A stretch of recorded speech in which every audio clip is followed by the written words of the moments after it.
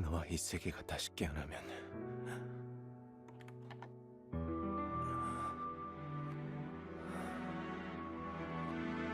너무 마주치지 마. 이건 네가 나를 만나기 전에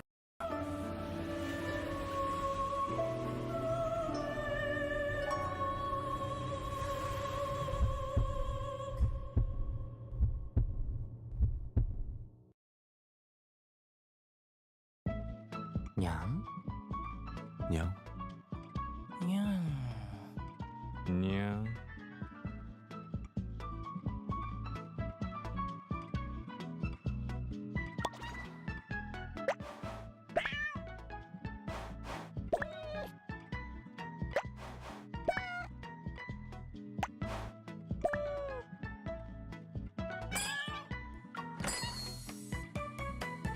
냥냥냥. 냥. 냥. 냥. 냥.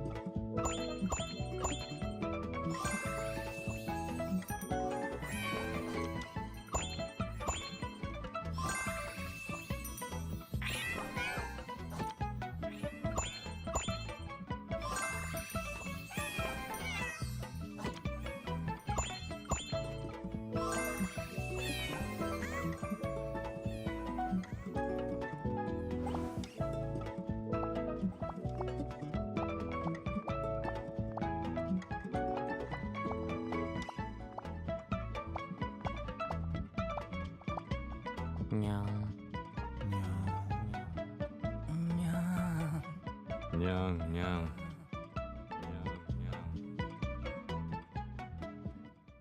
Oh my gosh, did Daddy subscribe for 2 months? Thank you. Oh my gosh, I can hear myself. What the heck? Thank you so much, Dede. Your fan art is amazing as well. I saw that the other day. 당신을 위한 선물인데. That's so sweet of you. Thank you. 유지해야죠. Oh, 안녕. 이러려고 No, it's not. Is. 여기 있으라고 한 거. Ah, 감사합니다. 감사합니다. 특별 대우 아닌데.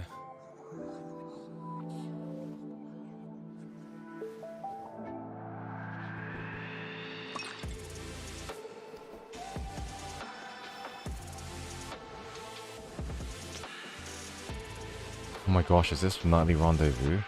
Korean? Oh, is this Nightly Rendezvous? 그럼 구석구석 확인해. 그럼 안녕 가세요. 파전, 물고기, 돌솥, 비빔밥, 갈비.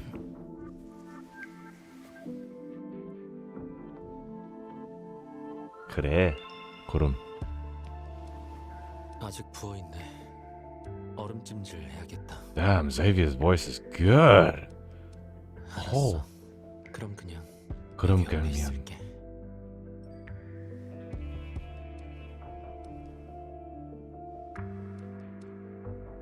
Song time. Hey, if you're based in Asia, this is exactly why we've done it earlier for you. This is for the Asia folk, the time zones, eh? 방법을 바꿀게. 눈 감아.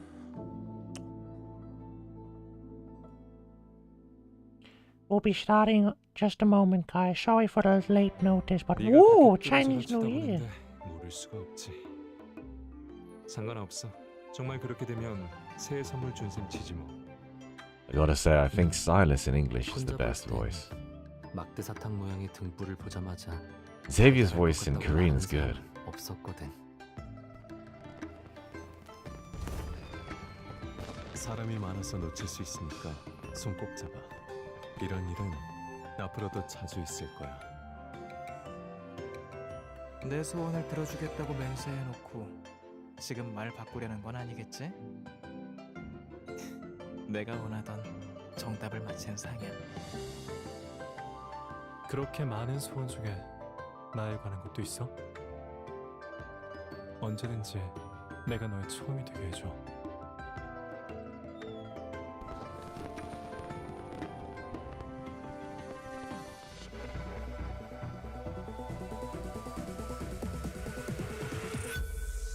Oh my gosh, break it down, guys.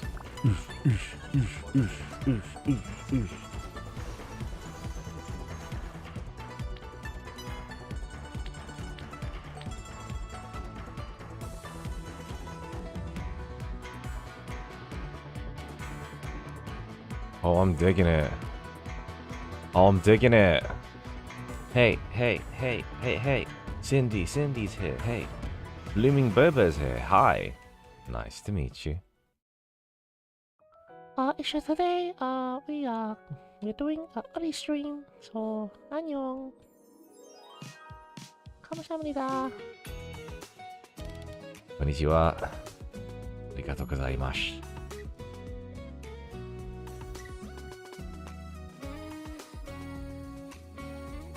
你好，我是内斗狗。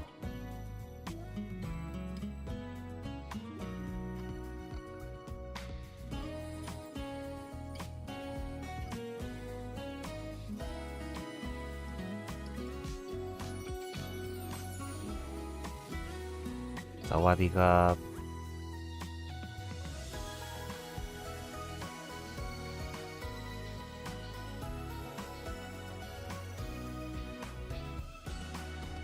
Oh my gosh, this is the trailer where he slaps the butt. I know this trailer. This is the slap the butt.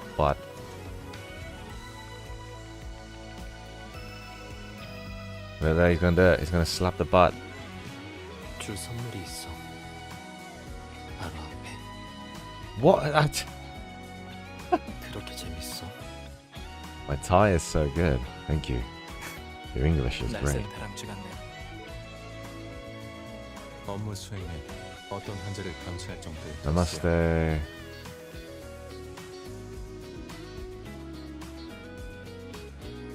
안 취했어. 다른 거 해도 괜찮지? I'd say my Norwegian is nothing but fluent.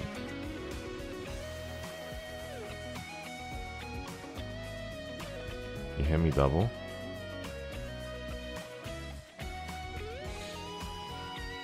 I mean, that might not be a bad thing for some people. 힘을 주면 어떡해?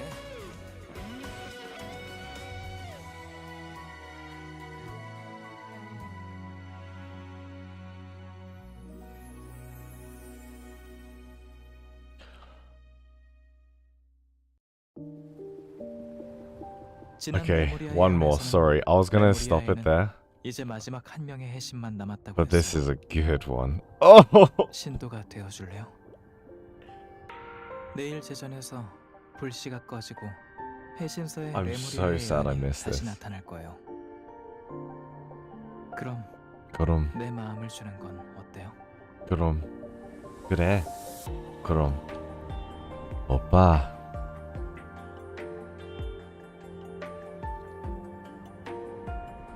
또한 레무리아의 영원한 계약이죠. God of titties.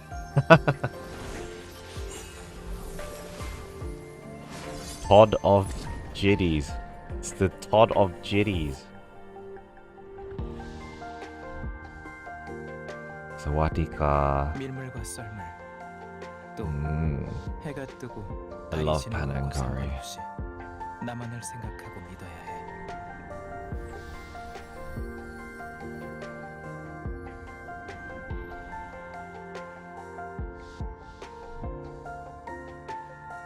앞으로 어떤 위험이 닥쳐도 겁내지 않아도 돼요. Raphael. Raphael.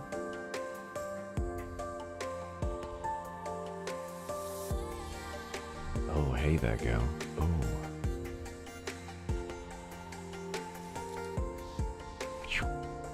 협력은 마음이 중요해. 같이 공격해요. 내가 지켜줄게. 힘들면 내 뒤에 있어.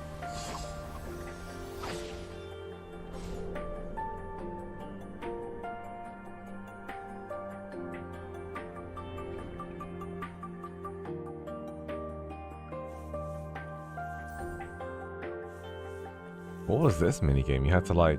Is it like a puzzle? Okay. Hi. Today is an early one. I went to bed at 2 a.m. in the morning and I woke up at 9:30. I walked the doggy, little Monty, and we were playing so much Final Fantasy XIV last night to the point where I did a 6-hour stream. And it was a long one. It was a very long one, but it was a fun one. And we had made so many new friends, so many more people. It was wonderful. It was a treasure. So whoever was there yesterday that maybe are here today, big shout outs because it was cool. It was really cool. So today I believe we're going to be doing Xavier's branch. If you may or may not know, I've been trying to prog the MSQ because I want to catch up to all the events and information. We've got a little bitties that we got to do in the moments, which I wanted to cover with you guys now. I'm going to change over the screen. Oh, no, here. And this was... Can you see my screen? So we were playing around, and right at the end of the stream... Gosh, I don't think I ever... Look how many of us are here at one point. It's crazy. Look at all of us. Oh. Really? Oh. Whoa. Yeah. How many of us have joined Final Fantasy now? There's like... I've never seen that happen before. My apologies. There's like, I don't know, about 7, 8 maybe? And there was a real life Silas here. Wait, where we find? There we go. What'd you guys think of this Silas? Wait. I'll find this somewhere. 183. There. To see you. Okay, here. Damn, this is definitely 720p, Mario. Wait, it says 1080p now. Hey? Yeah? 1080p, but hey. Is this not Silas or is this not Silas, huh? What do you guys think? Elven Final Fantasy Silas. Thank you for the bits, Dede. Cool, right? So we met so many characters and people yesterday. It was an absolute joy. And yeah, we just had a lot of fun. So I wanted to sort of show that quickly. I wanted to look at this trailer. So you might have noticed this was a rerun that came out. I didn't do a react because I think I've already seen this. And I wasn't going to pull for it because I don't think I was that impressed with the trailer. But I've been seeing it in my been seeing it in the game. Obviously, I've been playing the mini games like here and there. I'm just sort of curious if I did or didn't see it, but I think I have. It's like the Persona 5 kind of vibes, right? We'll be doing this. I also wanted to showcase, well, what we did to sort of summarize where we're going with Xavier's third branch. So apparently, Shooting Stars is supposedly linked with the storyline branch of Xavier's, of where I am at. We so happened to read Shooting Stars on stream on Wednesday during my Final Fantasy XIV stream because Monty was so disruptive that he would not let me play the game because he missed his mama, okay? So this is Monty. And he just wouldn't let me play. Hello, Scarlet. Oh, Drazinia's here, hey. Come on. So little clips here and there on the Wednesday. He was... half an hour, just... He wouldn't let me play. Okay. So we ended up reading Xavier's shooting star. He's just a baby. Yeah, I'm streaming early for the Asia folk out there. Time zones, you see. I'll just end up cuddling him because he looked a bit sad. Yeah. I was like, I better move the mic and everything so you guys can see. I was like, come on, man, it's a Wednesday. What are you doing? Oh, so cute, Monty. Gorgeous little boy. And, well, we got to the end of Shooting Stars. The moon. A warm, gentle voice reaches my ear like a shooting star. No matter how many times it takes, no matter where you are, I will find you.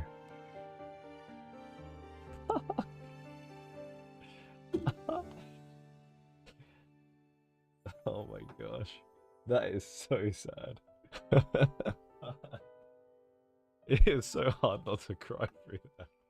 Yeah, I just... That is so sad. Jeez. Oh, jeez. Oh, wow, I said the same thing. Yourself, boy. Okay, I'm okay. Yeah, it was a sad moment. Damn, Love and Deep Wednesdays, fuck. We literally went from Final Fantasy 14 to Monty time to reading L&D and crying. So anyway, I will upload this on YouTube, obviously, reading out anecdotes. But if you did want to watch ahead, it is the Wednesday Final Fantasy stream that we read this. And we probably just rename it to Monty Wednesdays at this point. But yeah, it was really sad. It was really, really, really sad. So yeah, we'll be covering the MSQ based on what we've understood and read from Shooting Stars. I'm hoping it has connections because we read Zane's anecdote before, and before we did the MSQ, and that had massive connections to the story. And I feel like it's core. They shouldn't let you go into the main story without covering those anecdotes first. But hey. We got there in the end.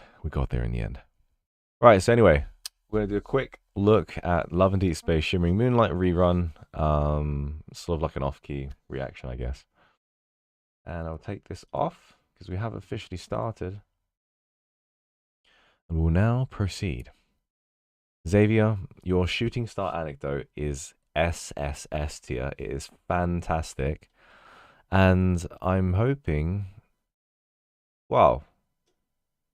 We'll have to see how this is, but maybe it has ties and connections to it, so.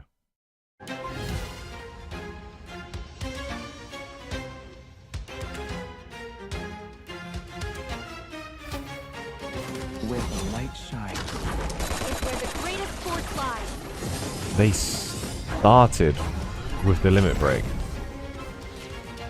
Now that's a different direction. You like Lumiere that much?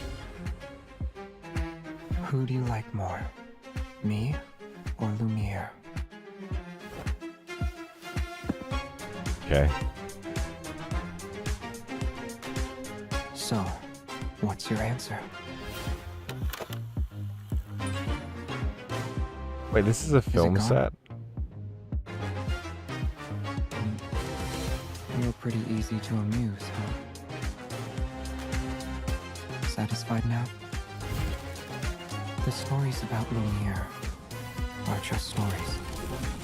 Some things should end before the breaking dawn. It's only recently that I noticed my surroundings have changed quite a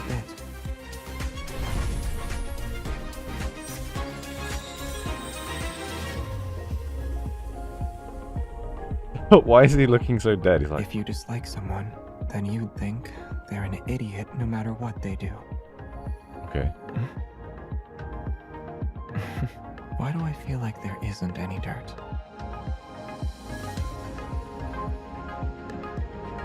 Nice. Okay.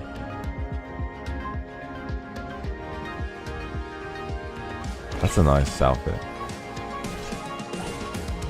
I need your help. Leave it to me. Are you okay? Are you hurt? Well, I'll always protect you. That is a very cool animation. Here. Do you copy? I hear you. My turn.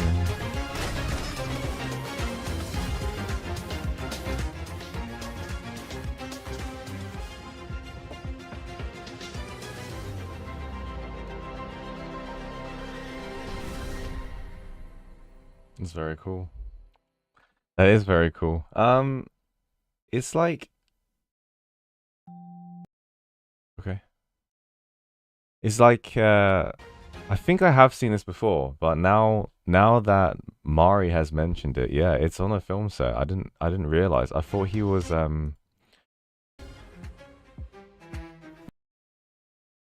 yeah, definitely on a film set. I love the wallpaper and the aesthetic of it, but I think going forwards, I did say I would pull for every myth, but I think going forwards with how fast they're going to be releasing content and possibly a 6th LI, I think it's probably best if I stick to the new myths so that we can focus on those. And we all know there's going to be a quad banner soon? Probably. Rumors, no leaking, right? But it's been some time since Catch 22. And, you know, new year, new fiscal year anyway. New fiscal year, new opportunities, and more money to be made. So I'm assuming it will probably come out possibly even after this rerun, right? Because after Raphael's birthday and When Tide's Echo came out, straight after was a really important banner, which was Caleb's Myth, Fallen Cosmos. So I feel like they're following that pattern now. So it's like Silas' birthday, Xavier rerun, maybe a Silas myth or maybe a quad banner. But it makes more sense as a quad banner because it's just been quite a long time now. And I think they release maybe, 4 quad banners a year? Quint banner. Did I see how much L&D made in its first year? I know it's big. That for sure I know. It's a very, very big number, but I'm not sure specifically how much they made. $1 billion dollars. Whoa, that is crazy. Well, they've got the budget. I'll tell you that. They've got the budget now. They're eating good. And the last thing I wanted to show was, It was so cute. It was so cute.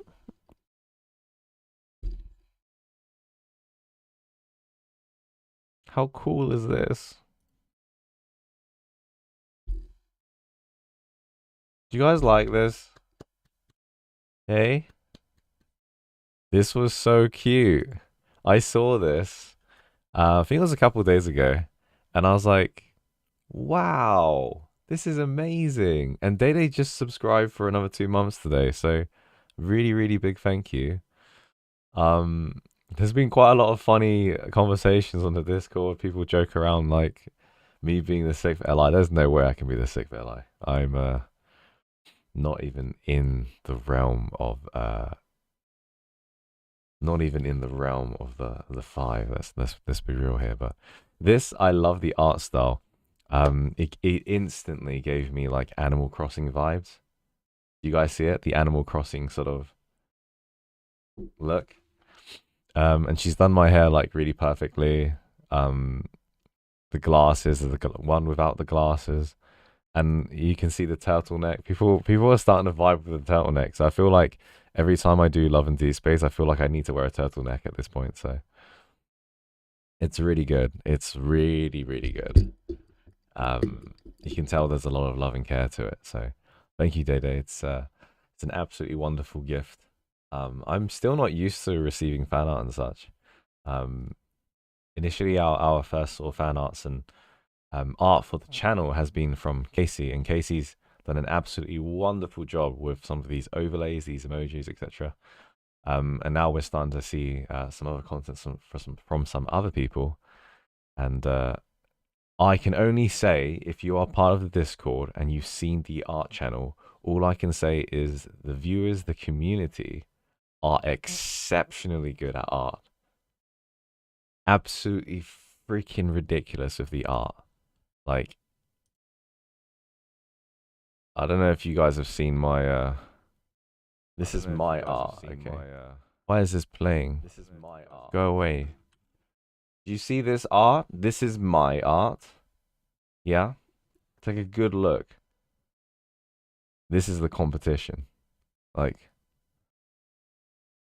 there's no way I can compete. So anyway, I wanted to show those things. I think they're really cool, really fascinating.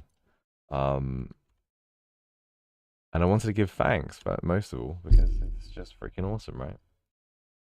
Anyway.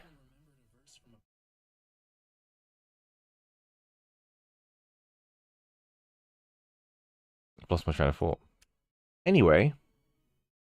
You guys hear that? We're here to play and to learn more about love and deep space. Dun, dun. I just did for fun since Nate cute. Wow. Wow. That's so funny. Caught red-handed. Quiet all of a sudden. I'm not used to it. Well, we're quiet because we're talking, Raphael. Okay, buddy? Alright, so shush! And people have been clamming for me to do more story, right? And there's so much I need to go through, so I need to be up to date with the current story. I need to go through all of these. Whoa, there's a new lore on the snake dude. That's kind of cool. But I only read like one of these because I know this one was core to what the MC was, and I was fascinated with like the MC is just there, right? She's just sort of existed, and then you know how in every video game you just kind of have an MC and you don't really get much backstory. Well, this is the backstory, and so I needed to read it. But that's why I want to go through. I want to start really focusing on the lore because of me. I'm the lore guy, right? I want to focus on the MSQ. Once we've cleared that, we can start looking at the background information, the anecdotes that I've been so badly wanting to read. I want to go through all like the memories, etc., and really soak myself into the love and deep space realm, because that's why we're here, right? Anyway. Have you seen Xavier's Standard Myth? I don't think I have, sweetheart. I don't think I have. Oh, Ryume's here as well. Hey, Ryume. Alrighty. So we've done Thorns Under the Moon. We've done Land of Secret Flames. Boom the bitches. Blossoming Blossom. Thank you so much for the follow, my darling. It's good to see you here, and it's nice to catch an earlier stream that we do every other weekend and see all the Asia folks, or mostly the Asia and European folks. So cordially, don't you want to collect the diamonds in World Underneath? I do, and I will, don't you worry. But if you check how many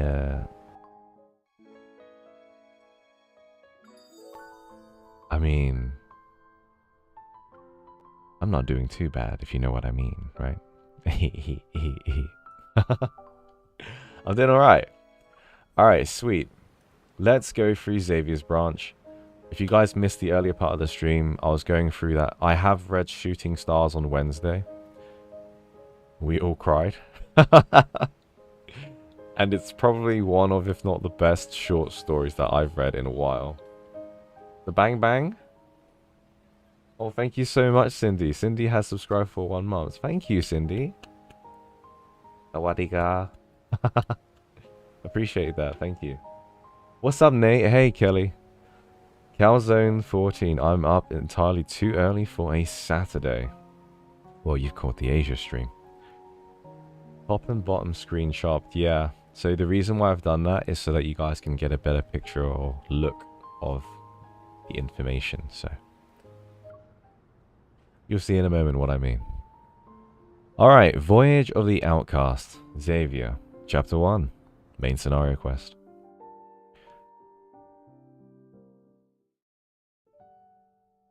Oh, you could. Oh shit, my bad.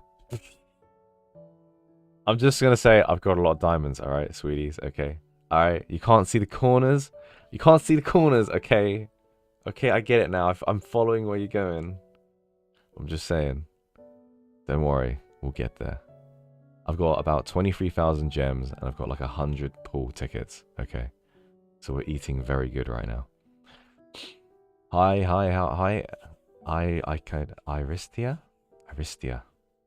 I always see the name, but I've never tried to pronounce it. Sangsheim? Yeah, so we've got a lot of gems. I'm ready for... I mean, I'm more than happy to pull for a Quint banner, but... I mean, only if I like it, right? But... I don't know. A lot of the Quint banners are in a certain direction. Direction that is probably not catered towards me. But I am more than happy to take a look at them on YouTube and sort of see and go through some of their stories. I heard the Catch-22 ones were very good, especially for Silas and Zane. So, anyway, without further ado, after some investigation combined with a vague hunch, I've identified a highly suspicious follower.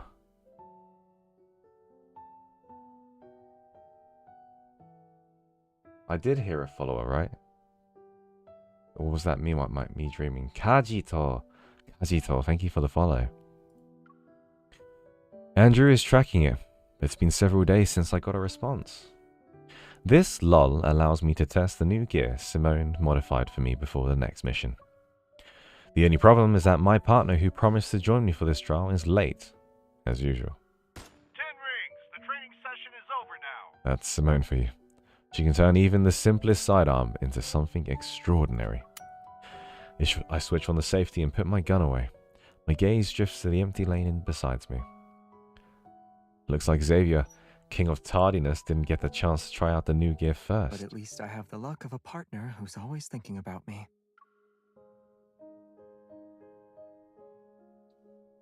The door to the shooting range opened without me noticing.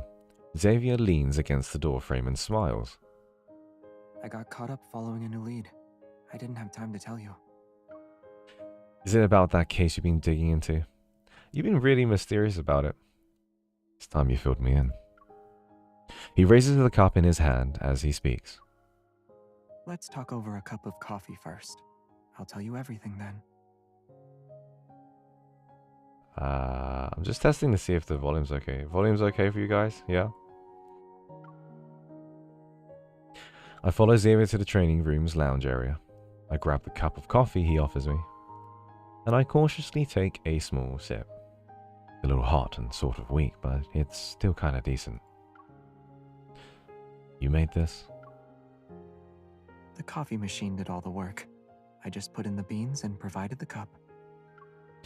Well, it sounds like you didn't do much, but coffee isn't bad. Hearing this, Xavier chuckles.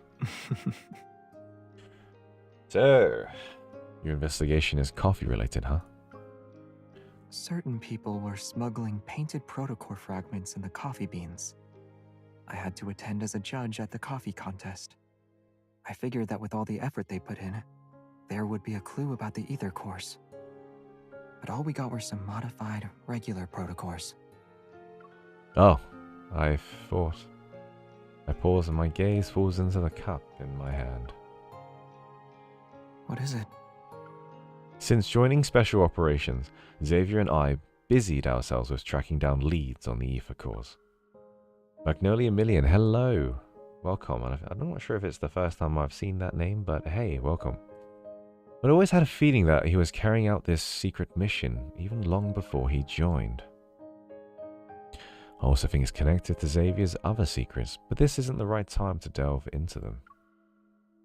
I hold myself back from saying, hey, I thought you'd know something related to the ether cores whereabouts. I thought you had more solid leads than Simone and I. Oh, I figured you'd ask something more probing. How so?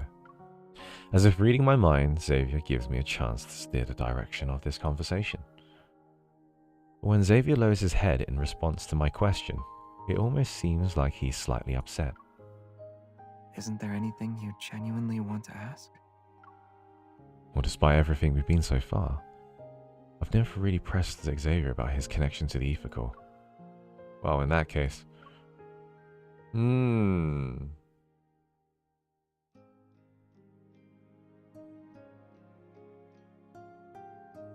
We'll do a second one. Have you been tracking down ether cores before this? Because of my circumstances, I need to keep walking down this path, but what about you? I'm in the same boat as you. Okay. Maybe the only difference is that I knew what the future would entail before I chose this path. Okay. And that very future is why I must continue to forge ahead. Noticing my thoughtful expression, he smiles and gently smooths the furrow between my brows.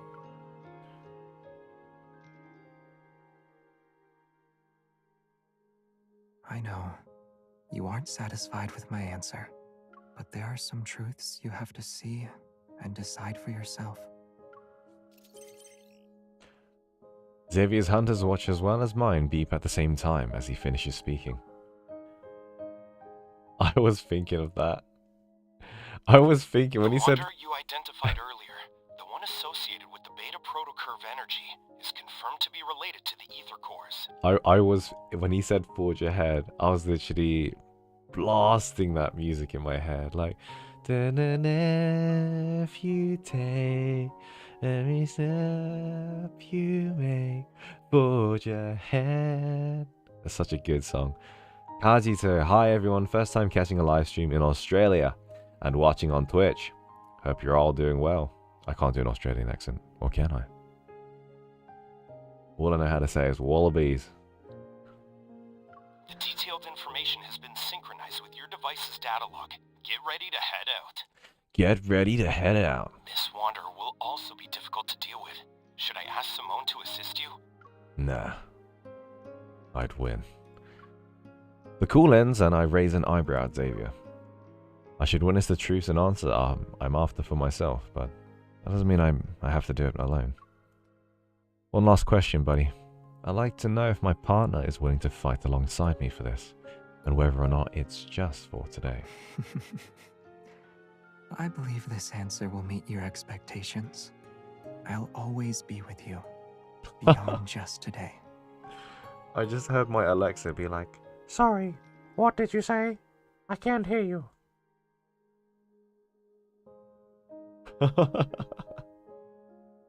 Alexa, shut up! I don't need you, Alexa. Go away. Wallabies.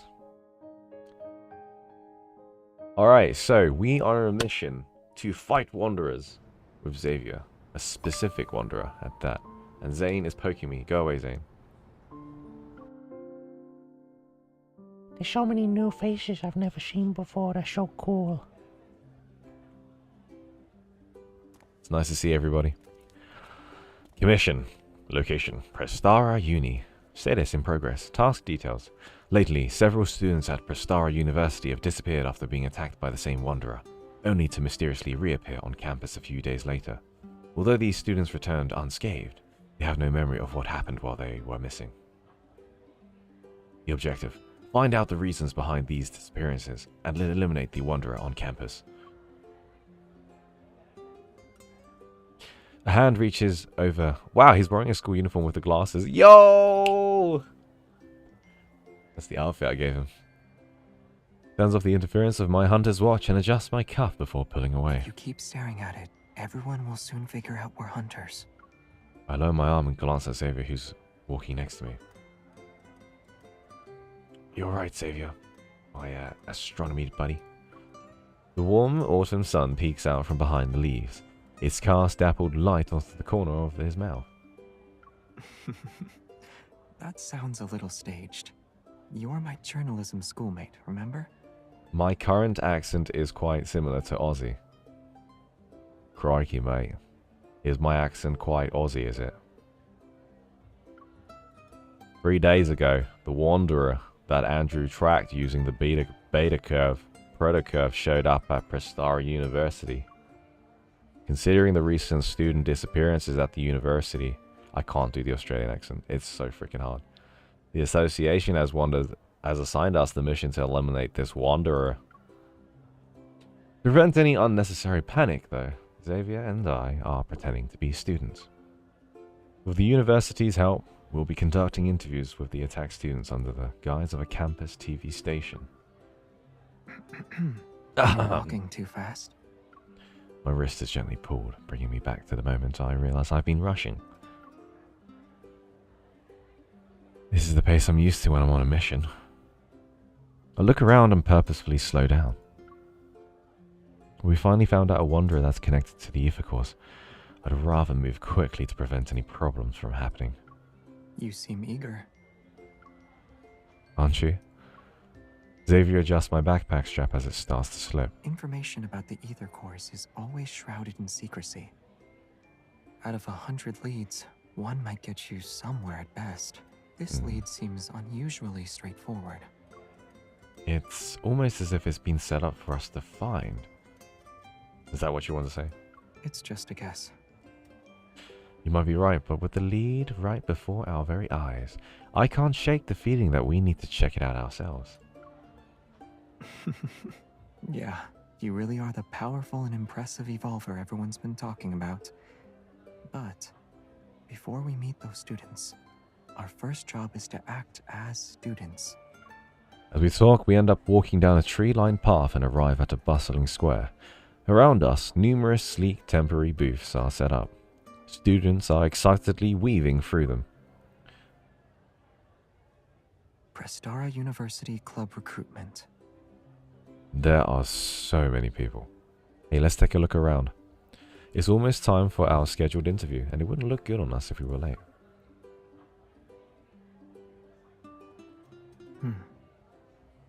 Yeah, it'll take a while. But how about we use this opportunity to relive our student days for a bit? Relive our student days? How are we gonna do that? Xavier stares at me, then he fixes my hair and takes off his non-prescription glasses. We still got them on. Okay. He put them on my face. Much better. Wow. Does this make me look more like a student? It just looks nice. Hi, are you a freshman this year? You seem perfect for the lead role in our film club's latest project. Are you interested?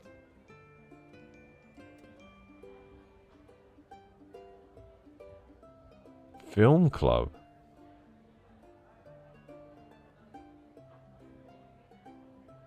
We just watched that trailer. Is the myths related to this? Right? While the club members look down to find the registration find a registration form, a corner of Xavier's mouth slightly curls up. What did I say? I'm not sure what you said. I'm kidding. I feel like Xavier was throwing his teammate under the bus, but this trick surprisingly works. By the time we arrive at our scheduled interview spot, I'm completely in student mode. Hello, I'm the student council's vice president. So, I was told you guys were hunters. The tall, lanky boy gives a slightly uneasy smile, his head sinking lower as he speaks. The students who disappeared earlier are waiting in the classroom. They only know it's for a campus TV interview. Sorry, could you repeat what you just said? I mean, just keep the questions simple and try not to scare anyone. After all, they've all had encounters with the Wanderer. Let's make sure we don't add to their trauma. Understood. We'll be careful. Na, na, na, na, na, na. You didn't realize the connection. I feel like I would miss it subtly. Unless I watched that Lumiere trailer just now, so.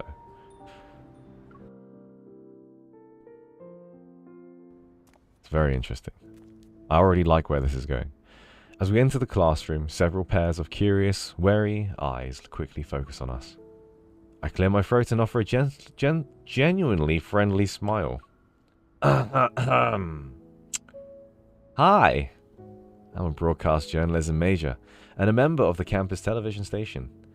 This is my partner. Xavier steps forward but doesn't speak, which prompts me to continue. He's the one who'll handle the microphone and camera. He's an astronomy major. Our simple introduction doesn't achieve the effect we wanted. Perhaps the Wanderer did give them quite a scare. They scrutinize us wearily, but no one responds. Hi, A bag full of drinks appear from behind the door. The person holding it hesitates, struggling to gesture a couple of times. I take the bag. The Vice President shyly smiles, then silently moves to sit by the classroom's back door. He's definitely an introvert. Cooperating with us on the university's behalf must be tough for him. And he's the Vice President. How on earth did he get the votes for Vice Presidency if he was an introvert, huh? When I distribute the drinks with Xavier, the classroom's tense atmosphere begins to soften. And as I try to come up with an appropriate icebreaker, Xavier nudges my elbow. Oh, right. Didn't we meet up downstairs this morning? Yeah? I'm confused, so I manage only a grunt in response. I think I forgot to check in for my morning class. You're an astronomy major. Aren't you taking Dr. Ulysses' course? It takes me a moment to realize that Xavier's somber tone doesn't match his hopeful eyes. As I move the chair, I lean in close to Xavier's ears. Did you do your research ahead of time? I just threw out a question and didn't expect it to go anywhere. Straining his posture, Xavier smiles and looks at a student who responds to his question earlier. Yeah, his classes are really tough. The student relaxes as the conversation begins to flow more naturally. I knew it. When it comes to the strictest professor at Prestara University, no one can beat Dr. Ulysses. But it's not that bad. While he's strict in class, he's pretty chill on the basketball court when classes are over. Actually, I missed one of Dr. Ulysses' meetings because of that Wanderer incident. Thanks for reminding me. I need to catch up with him later. You're welcome.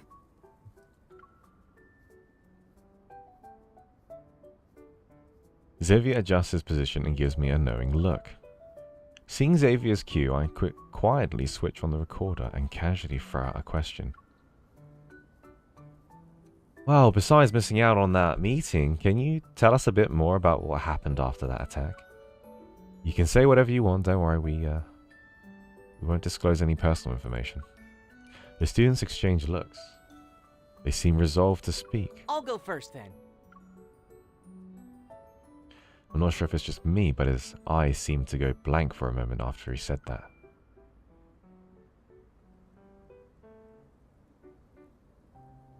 This is what we call a white hole, a theoretical region of space-time. If we reverse what are you all the doing? symbols in the equation representing the geometry of We're not space, actually here for the in this lecture, very dude. space, objects are no longer unable to escape from it. Or rather, I slide the open textbook to the center of the desk, line up my notebook and pens, and place a water bottle to the side. Yo, dude, your desk is so neat. It's only a matter of time before the professor notices. Can you hear me whisper? I'm not even sure if it's picking up on the mic. According to a student's account, the incident occurred outside the classroom. He was heading to a meeting with a professor. I decided to talk to the professor to see if we could gather any new clues. So I dragged Xavier with me the next day, and we snuck into his class. Yeah, it's a perfect disguise. The way you quickly claimed a seat in the back was nice and clean, too. Dude, the back row is the VIP section. Like, it has a great view, ambience, perfect for relaxing, entertainment, you know. the shebang. Spotting two students in the back row secretly holding hands under their desk, I casually changed the subject. Where did you prefer to sit when you were in school? I didn't have a particular preference, but I usually sat in the back too. In my The school, it sunlight wasn't was just holding nice, hands. and the breeze was refreshing. How comfortable were the desks and chairs? They were okay. As our casual chat drifts on, I flip open my notebook and turn my attention back to our mission. Even though we learned a lot of details from talking to the students affected by the attack yesterday, we didn't find anything notable. Alright though, so those 5 students were either normal people or evolvers. They encountered the Wanderer in various spots, some were on the tree-lined path and others were in the lab, and they woke up in different places afterwards. Now this Wanderer doesn't seem to be limited to indoor or outdoor spaces, but there's no clear pattern to where it exactly shows up. It's not completely random though. Xavier takes the pen from me and draws a few circles on my notebook.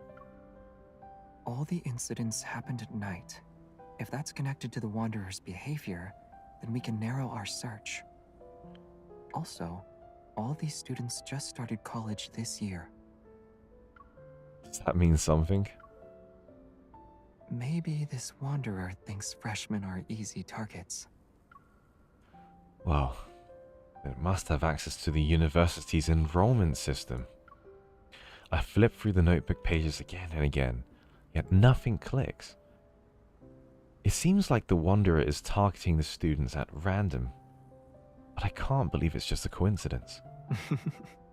In this world, many coincidences are often part of a larger scheme. These students are being chosen for a reason. We just haven't figured it out yet. Some Wanderers do target certain individuals after all. For example, You, over there. why is this guy so good looking? Dr. Ulysses with the hardest lectures? Is it because he's so good looking that we just can't not look at him?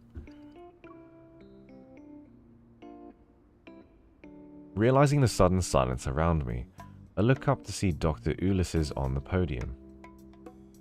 Is that how you say his name? Ulysses? Ulysses? He's Yes. smiling. I'm talking to you, young lady in the back row. Come up here and show everyone what a Morris Thorn wormhole is. Ah, yes, Doctor.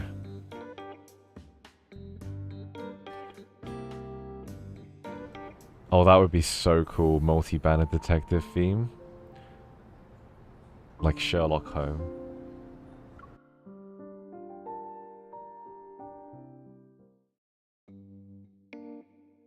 I never thought I'd get caught talking in class. And for a moment I'm stunned and don't know how to respond. No? Then let's have your friend try. Come along now. Oh, you don't want to test Xavier. He's a genius. I tug at Xavier's clothes and quickly whisper, Yo, let me do it. If I mess up, I'll just apologize, yeah? Xavier reassuringly squeezes my hand, stands up, and confidently walks to the podium.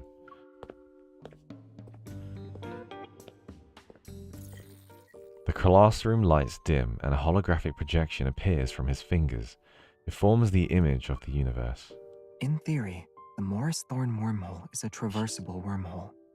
You can't do that, Xavier. You're meant to be a student, and you're meant to be like, you're meant to be in disguise, bro. And he's projecting from his hand. Is that what I understand? He's projecting this wormhole in his hand, right? It is spherically symmetrical and features a throat that bridges 2 black holes. The throat is a finite spherical region containing negative energy density matter to counteract gravitational forces inside the wormhole. Ulysses. As Xavier speaks in a measured tone, the stars shift under his touch to gradually form a wormhole model. The lights from the distant planets flicker before us, and his silhouette seemingly stretches across light years. For a moment, I wonder, Was Xavier like this back in college? Correct. The negative energy's repulsive gravitational properties keep the wormhole's throat open, allowing matter or signals to pass through. Time travel becomes possible with this model. For example, the deep space tunnel above us might very well be a giant wormhole. The mysterious deep space signals could then make their way to our distant Earth. Perhaps certain materials, or even other forms of life, can find us through these cosmic channels. What are you thinking about? I snap back to reality. Xavier has crossed the starry expanse and now stands before me. He's within arm's reach once more. I'm curious. Were you really an astronomy graduate? Who knows? I have too many diplomas at home. I need to check first. What?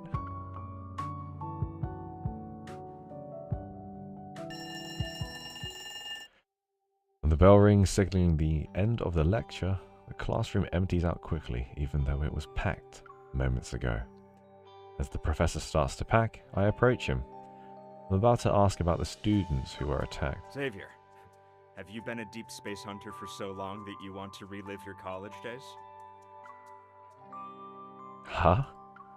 The professor walks away from the podium, one hand holding his bag and the other in his pocket. His serious demeanor is gone. Hello. Are you also a deep space hunter? His colleague, perhaps? They know each other. This is Ulysses. Ulysses. He's an old friend of mine. Now he works as an assistant professor. I was promoted to associate professor 2 years ago. Congratulations. Thank you. First there was Jeremiah, mysterious florist. Now it's a university physics professor? I'm once again shocked by how unpredictable Xavier's social circle is. Let's get back to business. You're not the type of person to visit without a reason. Did something happen at the university? I'm on a mission. Well, if you're involved, it can't be just any mission. Should I be expecting a major incident to take place? Looks like I'm not the only one who has a certain impression about Xavier. But this gives me a perfect opening to ask him about the Wanderer. Dr. Ulysses, we heard one of your students was attacked by a Wanderer and went missing for a few days. Were you in the area when this happened? Ulysses pauses for a moment before nodding. I was in the lab preparing for a meeting when I heard a scream outside the room, but I didn't find anything even after looking around. I later learned that a student had been attacked by a Wanderer. Fortunately, he wasn't seriously injured. Well, it looks like Ulysses didn't see the Wanderer. I'm a little disappointed. Did the lab's flux stabilizer show any reaction? No. I skipped that by accident. I immediately get what Xavier is hinting at. Now, if the flux stabilizer didn't react, then the Wanderer's metaflux fluctuation level must be below 50. And there are only a few Wanderers capable of such stealth. Our search is narrowed considerably. It's also possible we're dealing with a modified Wanderer. As if reading my mind, Xavier reveals another observation. I nod. Got it. I'll ask Andrew to compare the protocurve data with the possible Wanderer profiles. Wait, I just remembered something. The flux stabilizer can't detect that level of metaflux. However, the research center's RMFMA might. What is that? RMFMA? But the research center isn't even near here.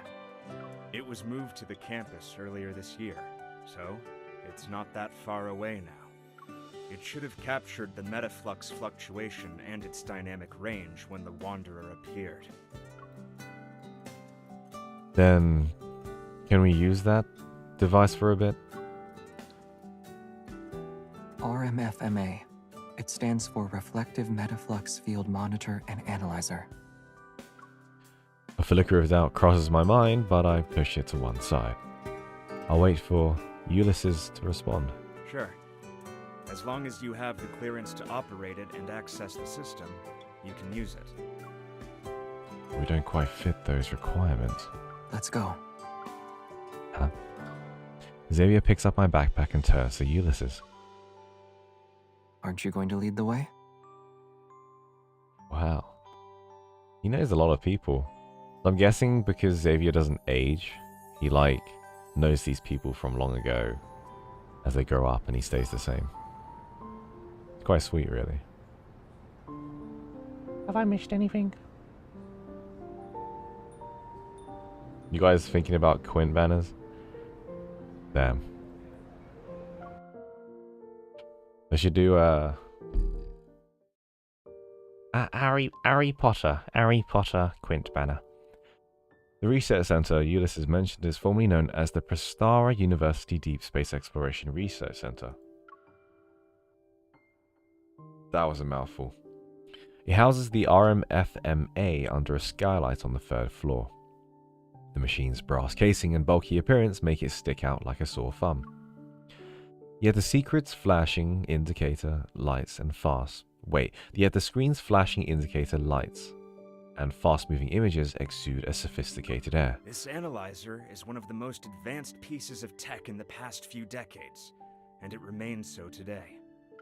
It can detect the slightest fluctuations in the deep space tunnel. Unfortunately, there are fewer than 10 of them in the world. Many talented researchers and professors have turned down prestigious offers elsewhere. Also, they could work with the RMFMA at our research center. Oh my gosh, what? That is such a good idea. That just went over my head. What house would each LI be in? That's cool. Xavier is Hufflepuff. Do Xavier and I need to apply for access first to retrieve its data? Where's Xavier? All the data related to the Wanderer is corrupted. Alchemist. Xavier appears from behind the RMFMA. He removes his safety goggles and takes off his disposable lab coat. How did you... Aside from how did you operate that machine? And you know how to use it? I focus on the most important one. What do you mean by corrupted? Did it capture even a trace of the Wanderer? Yes. It showed that a Wanderer appeared on the university's campus in the past 2 weeks. But all the data has been tampered with. The generated spectrum also has many errors. It can't be used as a clue. The hem and cuffs of his lab coat somehow got tangled together. Xavier frowns and pulls harder, but they're still stuck. Raise your hand a little more, kid. As I help Xavier wriggle out of the lab coat, my mind races with questions. Maybe the RMFMA is too old, so it's malfunctioning. If that were the case, the first issues wouldn't show up in detection and sampling errors. Which means someone deliberately tampered with it. Once he's out of the lab coat, I meet his gaze. It's brimming with confidence. Now it's a rare high-end device, yet Xavier seems to know it inside and out, and even log into the system to use it.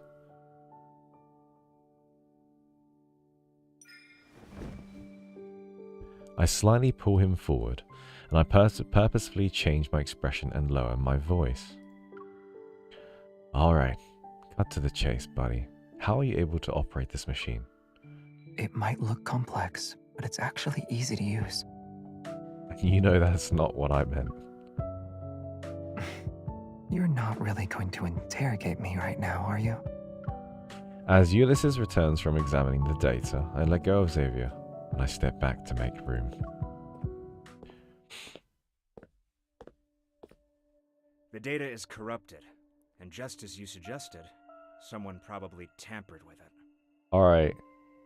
Can we, I think Xavier is an easy one. Actually, let's do it after the chapter.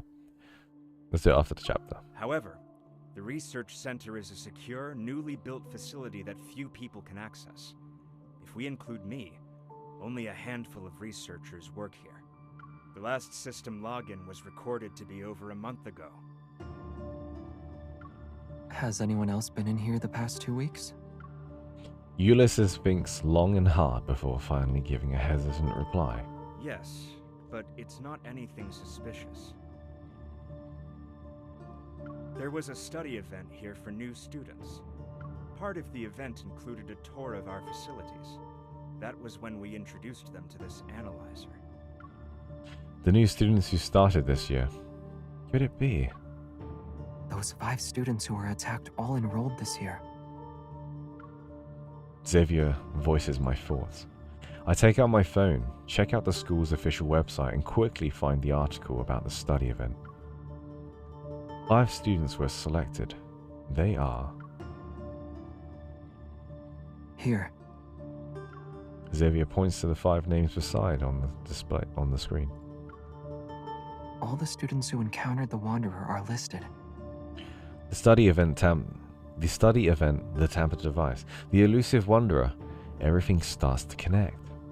Now this isn't a coincidence, Xavier. Something's off about that study event.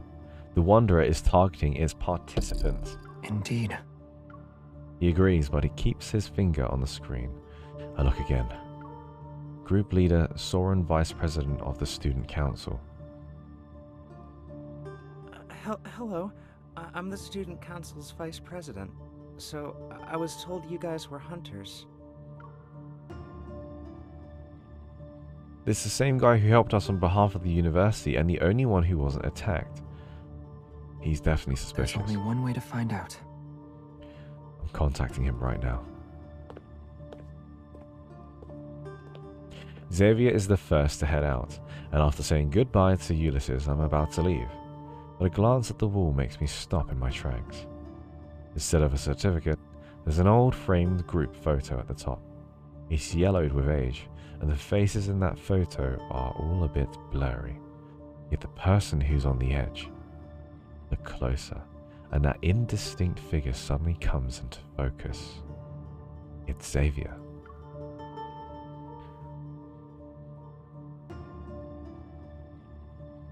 Sakutoku.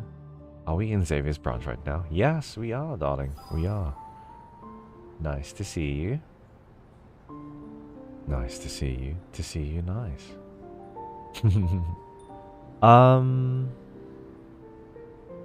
What was I gonna say?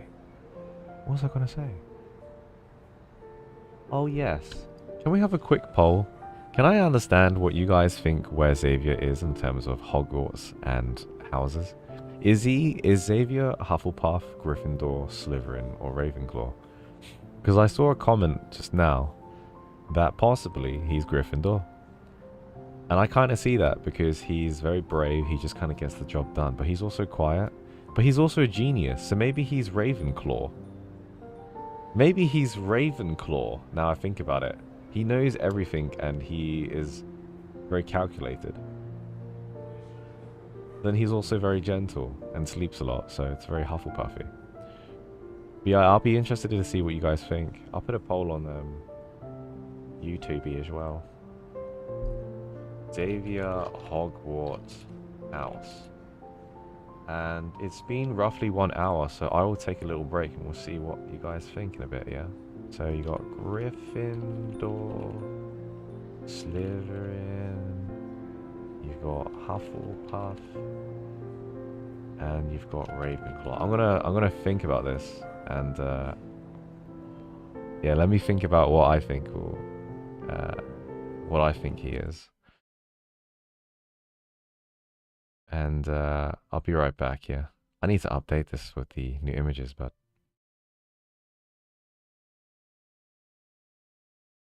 Give me time, friends, give me time. I'll be back, yeah?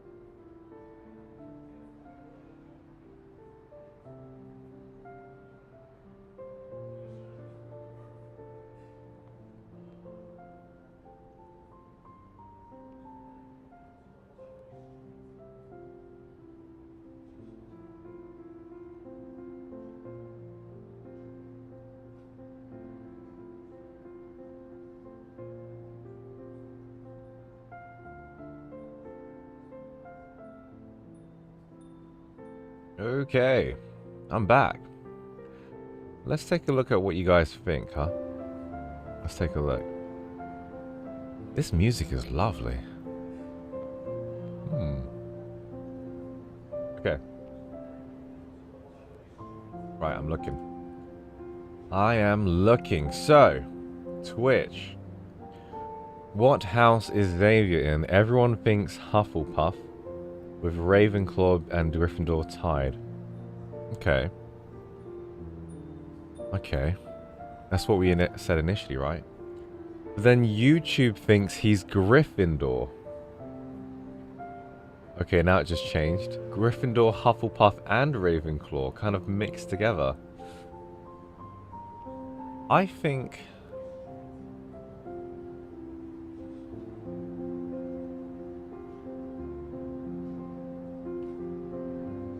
he's either Ravenclaw or Gryffindor, now I think deeper. And I'm leaning towards Ravenclaw because he's extremely powerful. He has wisdom beyond time and space of the general life of a human being. I feel like he's a Ravenclaw. But I don't know...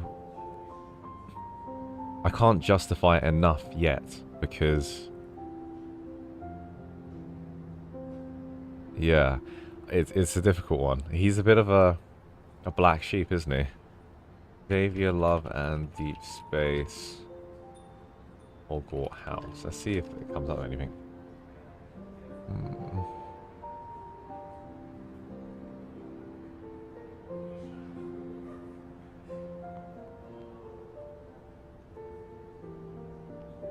Does anyone say anything?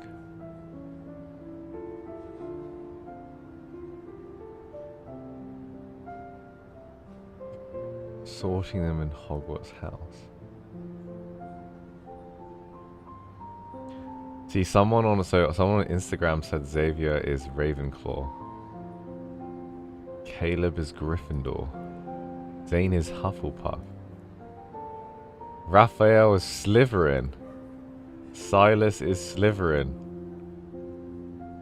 That's someone's opinion. It's not factual, but that is interesting. Raphael as Slytherin. It kind of makes sense. That makes a lot of sense that Raphael is Slytherin. Because, you know, when you interact with him, he's always like... me, right? He's like a bit of a baby, you know? Slytherin doesn't mean you're evil. It's just like in the Harry Potter story, a lot of the bad characters are from the Slytherin because they're like greedy and selfish. Then, I don't know, because Xavier didn't take the MC's heart in the myth, spoilers, in Abyss Walker, it makes me think that he's not a Slytherin, because that's something so huge to give up, right? Oh no, maybe he is a Slytherin because he wants MC and he didn't rejuvenate the he didn't rejuvenate his people and his city and his, like, you know, the water and the seas because he wanted to stay with MC. So maybe he is a Slytherin. He's Slytherin, right? Caleb is Gryffindor. Yes, Raffen's Sias. I think so. I think Xavier's Ravenclaw. I do think. You guys are agreeing Raphael is 100% Slytherin. Zil Zhen, you finally caught a Nathan on live stream. Hey, this is for you. I'm not even kidding. This is for the people that watch from Asia and other time zones that can't tune in. So, hi everybody. It's Nate Doggo. Or you can call me Nate, Nathan, whatever you want to call me. Yeah, I don't know. It's a hard one. This is definitely a good YouTube topic, though. So yeah, maybe I'll officially address it after this main scenario stuff. I feel like maybe it's too off-key here. So after we complete this branch, we'll go through some of the thoughts and theories, and then we'll talk about specifically what sort of Hogwarts house that these guys would be in. But at the moment, it seems kind of ambiguous, but sort of clear that most people think Xavier is supposedly in Hufflepuff.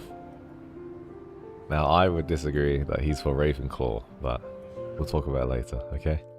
Everybody who's just tuned into the stream. I'm in USA and finally got in on the live stream. Staying up making Caleb edits paid off. Wow, you're in the USA? Normally you should be able to hit my 6:30 streams then. Now, onto the story. I sit on a bench near the basketball court, and I watch the ball arc through the air and precisely hit the back rim of the hoop. It bounces back into Xavier's hand. It's hard to fully appreciate this rare sunset, something I haven't seen much since graduation. It won't be long until we meet Saurin. I unconsciously lower my head to look at my phone. It still has my chat with him.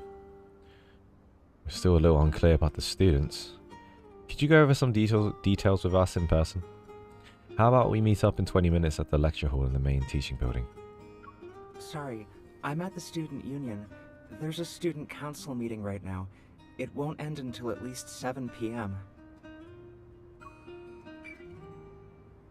Ah, it's okay. We'll wait for you downstairs at the student union. You've been quiet for a while. Huh?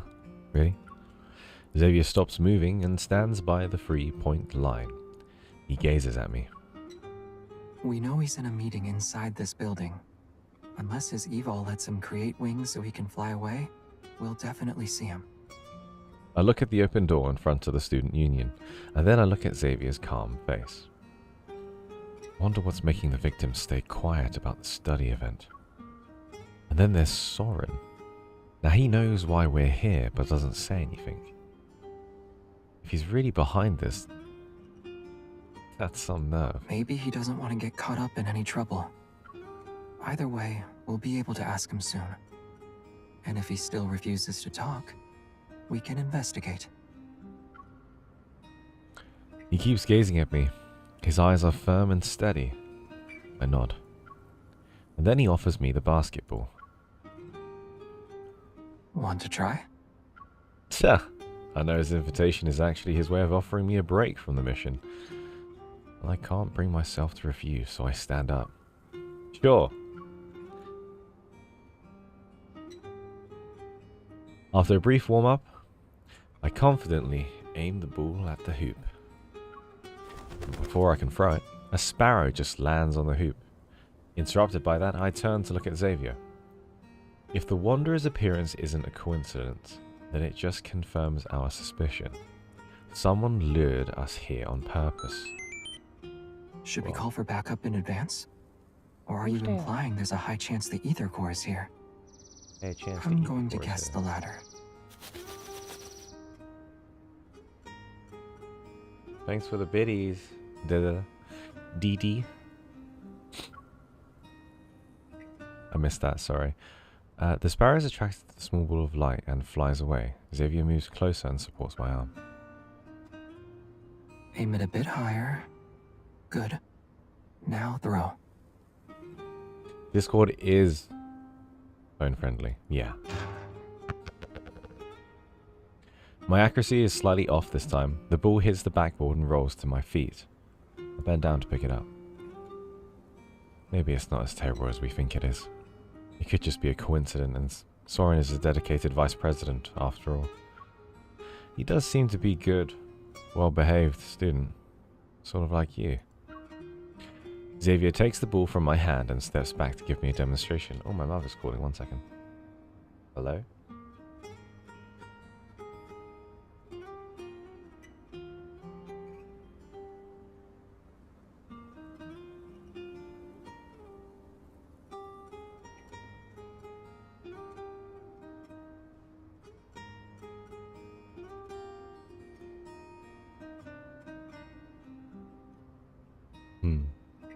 That's my mama. Here we go. Go on, Xavier. Perhaps it's because he looks like a good student that makes him the best at doing things behind the scenes. Oh. After all, People don't write their secrets on their faces. The calmer the water's surface, the easier it is to hide dangerous undercurrents. The ball leaves his hand and once again goes through the hoop with a precise shot. And as it bounces back, I intercept it before it reaches him. You always have a lot to say about other people, but what about you, boy?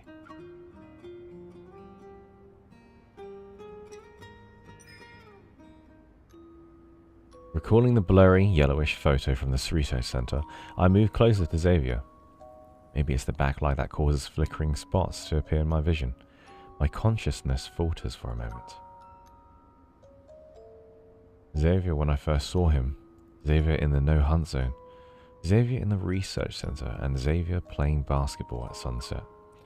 They appear in front of me all at once. They line up gracefully and blend into the figure of the person before me. Me? What secrets are you hiding, big boy? From the distant past to the present, who are you? Even though I'm so close to you, experienced all these life and death situations with you, I still cannot seem to fully understand you. Huh? Xavier's puzzled gaze lingers on my face and suppresses the questions in my heart. The only thing I eventually say is, I was going to ask if you're truly a good student, or do you have some secrets? After thinking for a moment, he speaks in a calm tone. I'd say I'm a good student. I paid attention in class and always kept my eyes on the front of the classroom. That's how I kept ending up making eye contact with a classmate who frequently turned around during class. That's me like, huh? Huh? He looks at me with a knowing gaze. I look back into his eyes and feel as if everything sounds familiar.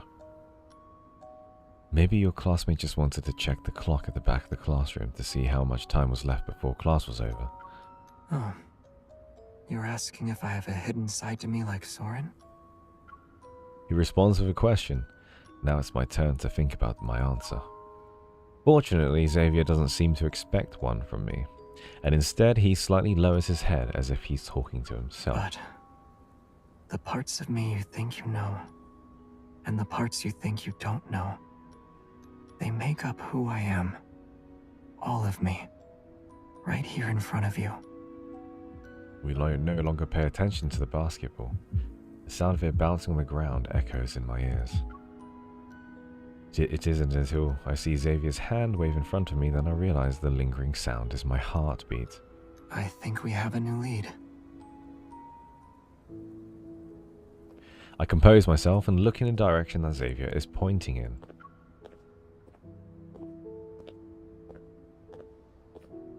I catch sight of the enthusiastic student from yesterday's interview. He's walking out of the student union. Didn't he say he needed a week off after the Wanderer's attack? I grab Xavier's arm. Something's not right. Let's ask him.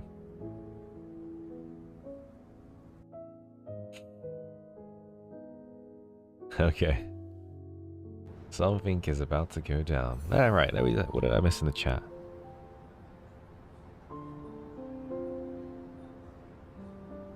I'm at work. That's why I miss your 6 PM streams. Glad to sit back and enjoy the streams. Av is so sweet. Thank you so much. No worries. I am Salty Cross in Discord.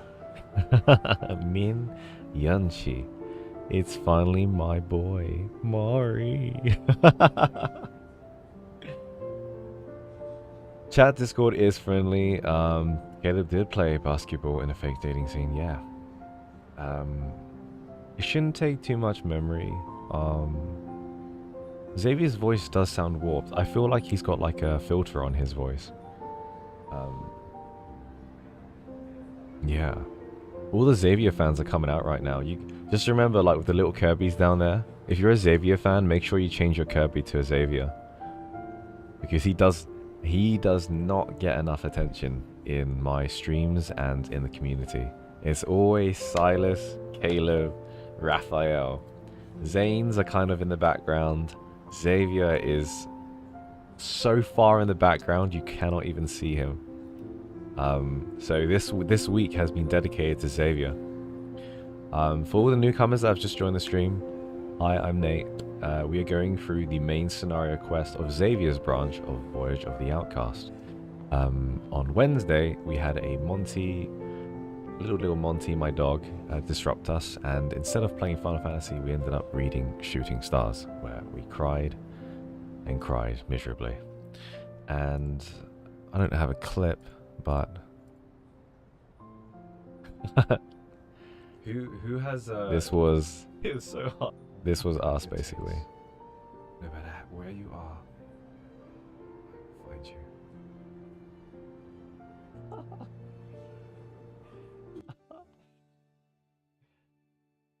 Oh my gosh. That is so sad. It is so hard not to cry through that. I was like tearing up. I was like, dude. If you guys read this, it's really sad. Spoiler alert. It's basically an anecdote story about MC falling very ill and Xavier trying his best to save you, to find the cure. Damn, Love and Deep Wednesdays, fuck. Love and Deep Wednesdays. You are correct, past myself. But that's why we're here. We need to go through this story. And we're trying to see if there's any connections to the myth. Which it seems like it's loosely following the myth. Something to do with film, club, or whatever. But nothing so far about Shooting Stars, as far as I'm aware. Anyway, there you go. If anyone's just joined and caught up. Right, here we go. We love our sleepy, eepy Bun Bun. I thought you were talking about my Final Fantasy character then. Hello, fellow lurkers. Yeah. I'll upload it on YouTube at some point, but we had to read it because Monty was being so disruptive. And when we started ending up reading it, it's just sad. It's really sad. Okay. Before we get close, that student immediately recognizes me and Xavier. He excitedly waves at us. What a coincidence! Why are you here? Why are you here? Didn't you say you were going to take a week's leave at home? What brings you back? With no time to lose, I get straight to the point. But the student looks confused. Huh? Did I say that yesterday? I don't remember at all. I haven't played his myth. I didn't even know he had a shooting star myth. After the attack, my friend said my memory had gotten worse. I thought I was getting better over the past couple of days. I don't like where this is going. I exchange a glance with Xavier, with my eyes saying something's wrong. What do you remember then?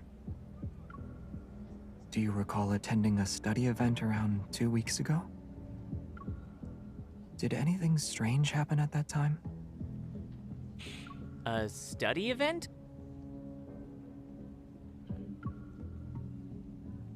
He frowns, thinking hard for a long time, and then suddenly something dawns on him. It wasn't weird, but we did come across something intriguing. When we visited the Deep Space Exploration Research Center, there was this unique piece of equipment on the 3rd floor. For a short while, I felt like I walked straight into a haunted house. Interesting. It's like he's gone into like one of those wormholes. He dramatically gestures, still looking a bit shaken. It looked exactly like that haunted house I'm always terrified of. I almost screamed. After the tour, others said they had the same feeling, that for a moment, they fell into a really scary place. Wait, you're saying you all had a hallucination? Who else was there? It was just the 5 of us, and the vice president. The guy had to step out for a bit, so we were on our own. It's not a hallucination. This is something the RMFMA can also do. You mean... To make a long story short, it's like recreating a plane of existence and overlapping it with our reality. But only a few people know about this. We surely underestimated Saurin. Xavier grabs my wrist with one hand and supports my back with the other. Like that? Hold on. Wait, you know where he is? The research center. He'll get there before us.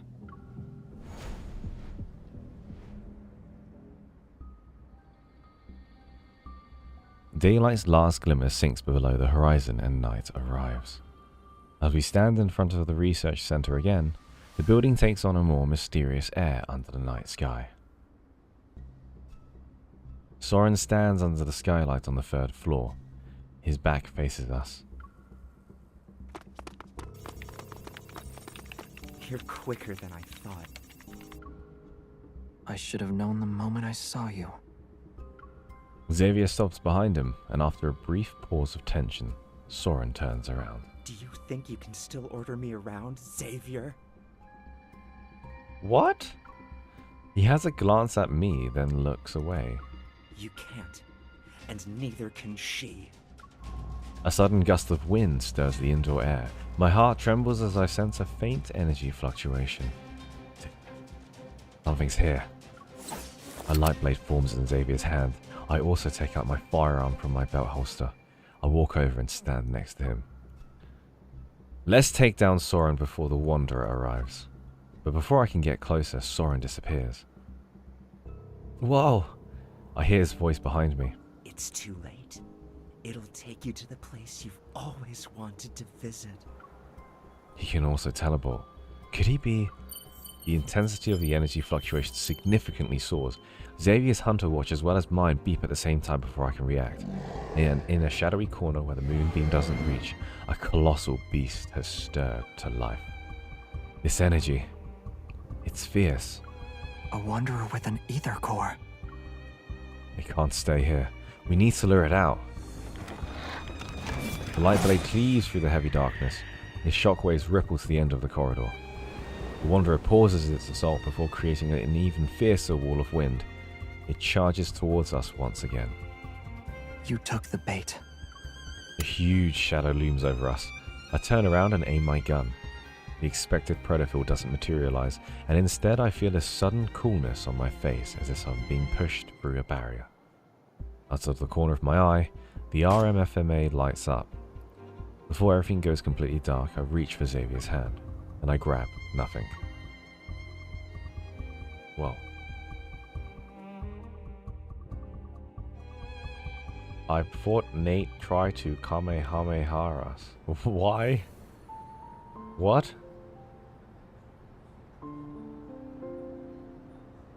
What? What the heck?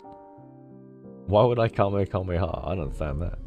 Oh my gosh, all these Xavier Kirby's came out of nowhere. Hey little Kirby's. Nebulae tranquility hang in the sky as if they're the eyes of the universe. Faint rays of light spill over the shadows of trees that sway like waves. Now this feels like a Protofield. Countless waves of both strong and subtle forces swell through my heart.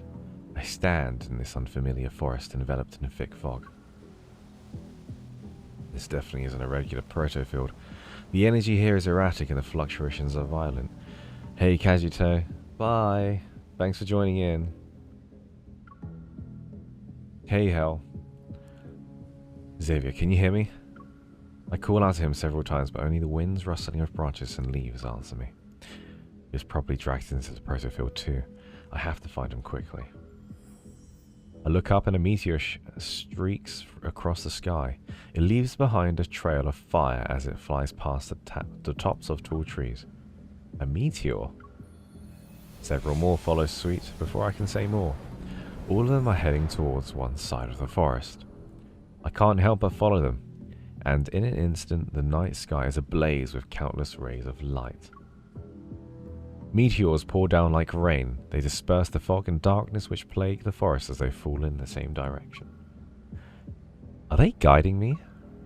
I walk faster, gradually quickening my pace until I break into a sprint. Like me, the meteors fall even more intensely and rapidly. It's as if they're urging me to run with all my might. Hey, is that you? This voice. Xavier. Answer me. Where are you? Even though I can clearly hear Xavier's voice, I don't know where it's coming from. Is it in front of me, behind me, or is it echoing from the depths of my heart? Brilliant arcs of light flash before me as the wind's whistle resounds in my ears. My heart surges, overwhelmed by the surrounding chaotic energy. I have a bad feeling about this. Please stay safe, Xavier. I hope nothing bad happens to you.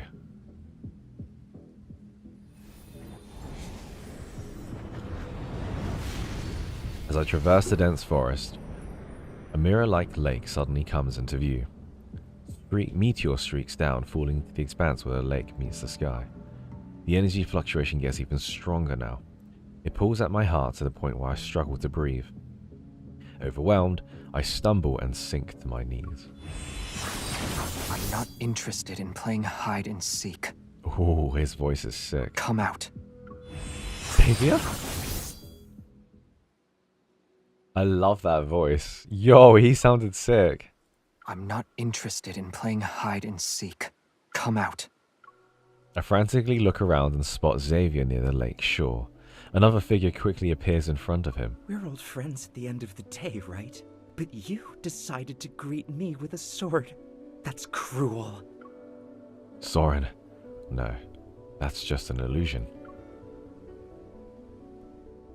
Saurin adjusts his glasses and his previously friendly, bashful expression vanishes.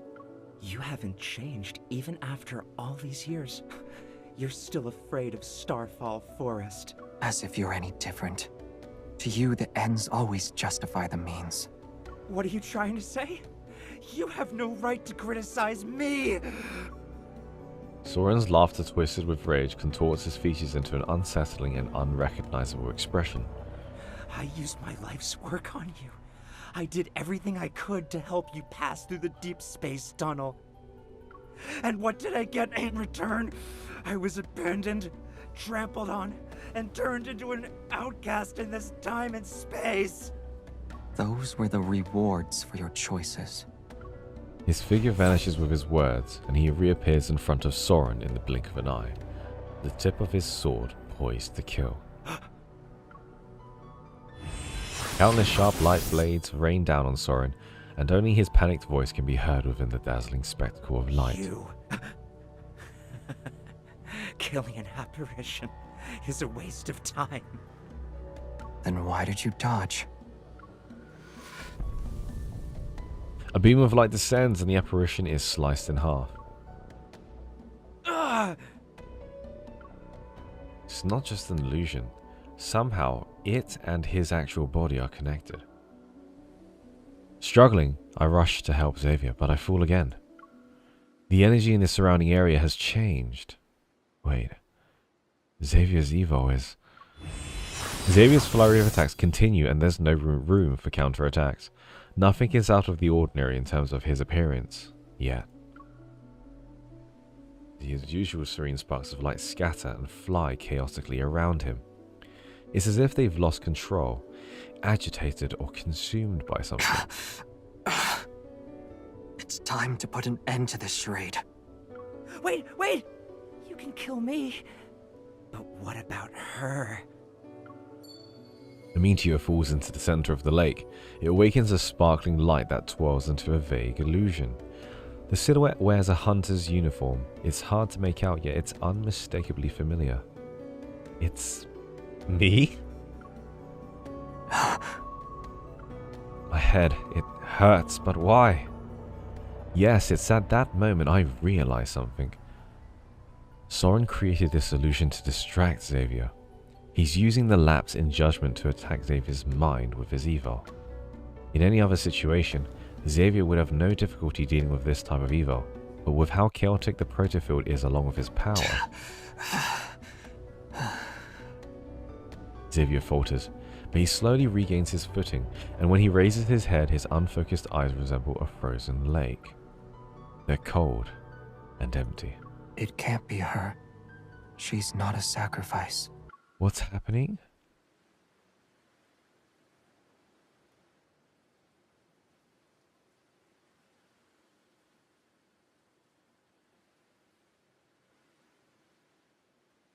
Okay, so there's an illusion of me, okay. I will put an end to everything. Oh, he's walking over. Xavier, I'm right here. That's an illusion. Perhaps weakened by Xavier's attacks, the bullet makes the apparition stagger. With a reluctant, sullen expression, the apparition dissipates, and the energy fluctuation also calms down. Even though the apparition on the water's surface is gone, Xavier continues to head towards the center of the lake. His expression is cold, and his movements are stiff. It's as though an invisible force is pulling him along. This isn't good. The Evo is still controlling Xavier. I'll rush out to stop him. Xavier!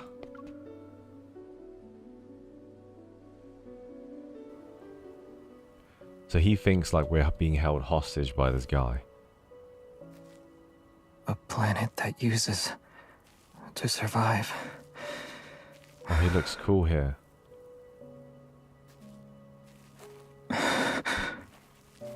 That went so fast. Xavier doesn't deserve to be... I said Xavier! Deserve to be saved. Doesn't deserve to be saved. Come back to reality, Xavier. Come on, don't lose yourself to an illusion. Oh, I'm right here, look! Look at me! Hey. You are... Yeah, I'm here, I'm here. Hey. Chill. It's okay. What's wrong? Are you hurt? You can't stay here. Run. Otherwise, you'll... as well. His power is fading. Is this space trying to consume him? Hey man, grab my hand. I got you. Stay with me. You'll be alright. What's going on? Why can't I control your evil? It's okay. Starfall Forest will stop once it has enough power. It will. Is it sucking his power away? I didn't protect you before. At least, it chose me this time. Enough power in that case. The ether core's power should satisfy it. No.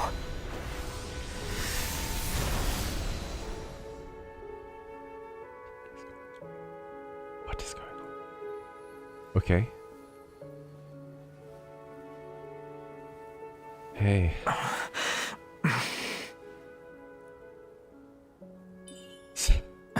Xavier? You really are reckless. Hey. It's alright. I'm here.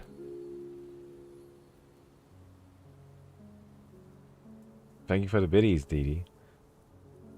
That was so sweet. It's sweet. That was so sweet.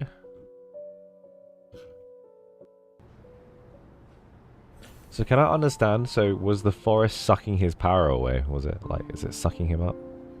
He's connected to this forest, right? I don't have his standard myth, no. I don't. I read the shooting star anecdote, but I don't have the myth. Right, I see. That was very interesting, though.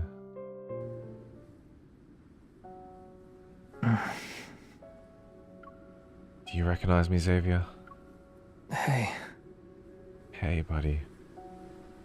Are you okay? Don't move, you should be thinking about yourself right now. I apply medicine to the wound on his arm, but he abruptly pulls away. I almost dropped the bandage.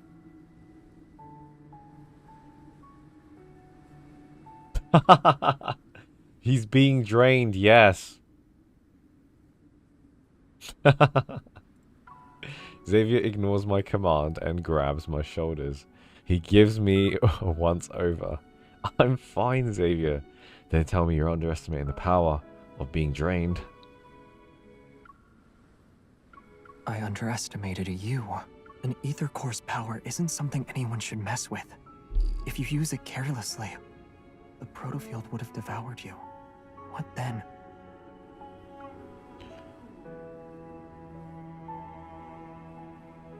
I couldn't just stand there and watch you get consumed. Saving you took my priority. You didn't answer the question. What will happen then? His hands grip my shoulders more tightly. I glance at Xavier's pursed lips and pat his tense arm. Xavier, are you mad? I'll admit I was a little reckless, but wouldn't you have done the same thing if you were me? Don't be upset, yeah? It won't help you heal and I might affect your evil.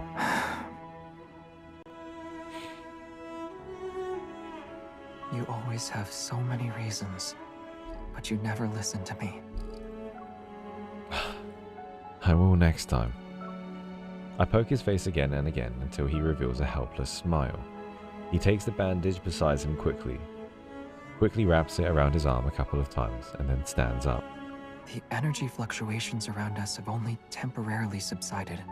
They could spike again at any moment. And Saurin is adding fuel to the fire.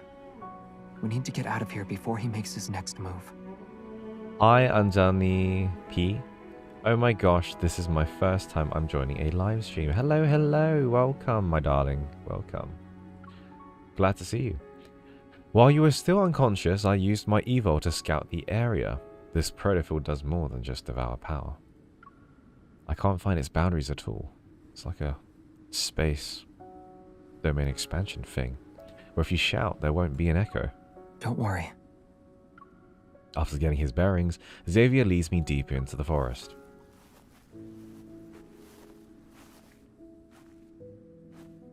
The Protofield's environment was based on my memories, so there might be something that can help us leave.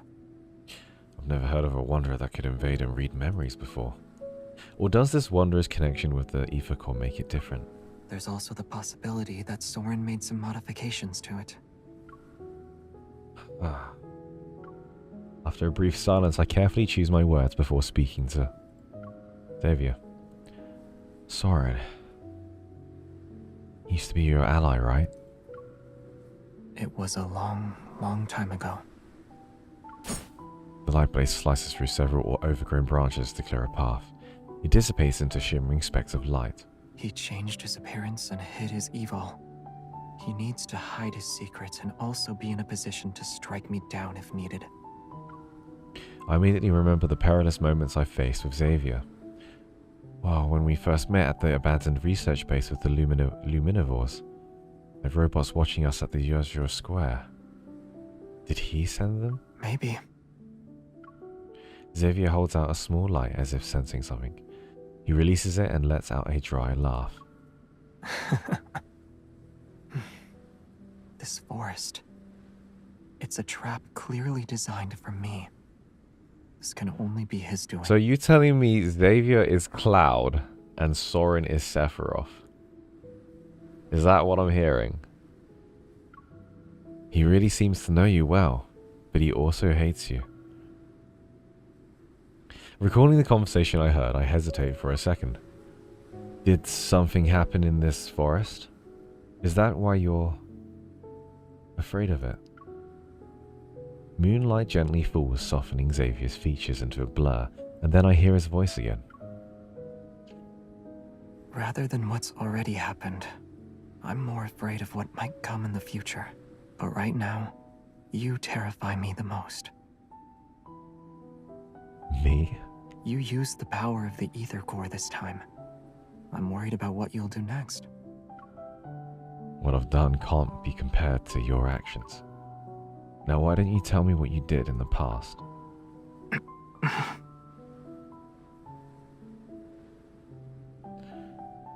We're here.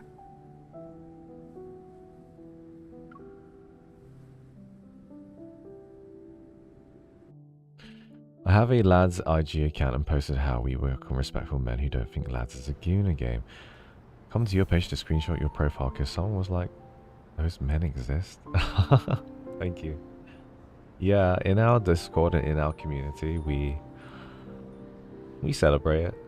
I mean, you know, There's fan service in this game, that's for sure, but I mean, what game doesn't have fan service, right? And I feel like it's only due time for ladies of the gaming community, you know, finally get a game that they can play that has these aspects. Come on. Like, whoever wants to chant that story, I mean, come on. There's like 95% of the gaming space is just specifically for men or people that are into women. And the physics are like, come on. There's no competition. Come on. Yeah, so many new names today, Felicia. You've got a keen eye. I'm from Indonesia, so I always miss these stream timings. Oh, bless you, darling. Now, following his gaze, I see a massive spaceship hidden behind the towering trees. And unlike the wreckage I saw in No Hunt Zone number 42, this one is more intact with far more sophisticated engineering. Inside are various unfamiliar devices that are set up to form a makeshift command center. It's surrounded by papers lying scattered all over the place. You really are here. You're not planning to use this pet spaceship to take us out to the Protofield, right? Out of the Protofield. It can break through even the most chaotic gravitational energy flux.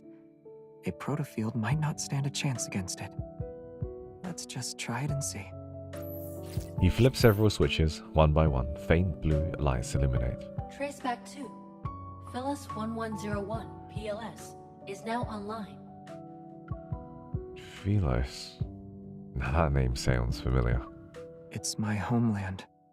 A place far away from here. Okay, so I had a hint that he was like an alien person, but I don't specifically know much about that side. So I'm so glad that they're tackling this now. I suddenly repeat the name to myself and feel a strange sensation as it resounds in the depths of my heart. I pick up the papers next to him. The messy handwriting and symbols seem like they're from another universe. Philos, Backtracker's logbook, spatio-temporal coordinate parameters. You and Saurin were both members of the Backtrackers? Yes. The image of the spaceship slowly loads onto a floating holographic screen. He scans the complex data line by line. Even though we called it a small group, there were quite a lot of us at one point. But after all this time, only a few of us remain. Basic spaceship inspection complete. Please enter your password and verify your identity. Xavier doesn't respond and continues to press certain buttons on the panel, and then he places his hand on one side of the screen. Your identity has been verified. It's been a long time, Captain. Prepare for departure. Annie Downs. Just started playing Love and Deep Space a few weeks ago. I'm glad I did, and watching Nate. Thank you so much. I'm glad you're enjoying it. If you want to discuss some of the theories and such, I would say avoid the Love and Deep Space spoiler section, but our Discord in general are very, very friendly. We've got some wonderful mods, wonderful people, and they're all pleasant to hang out with. So. Understood. Commencing pre-flight checks.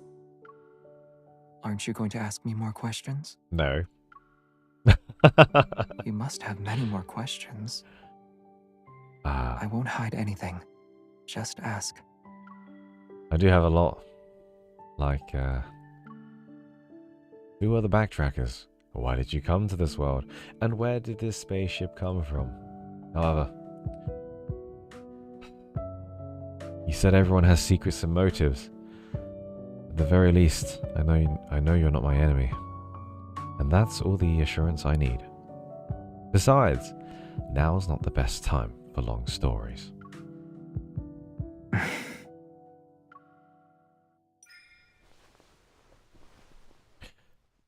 But let me say this first.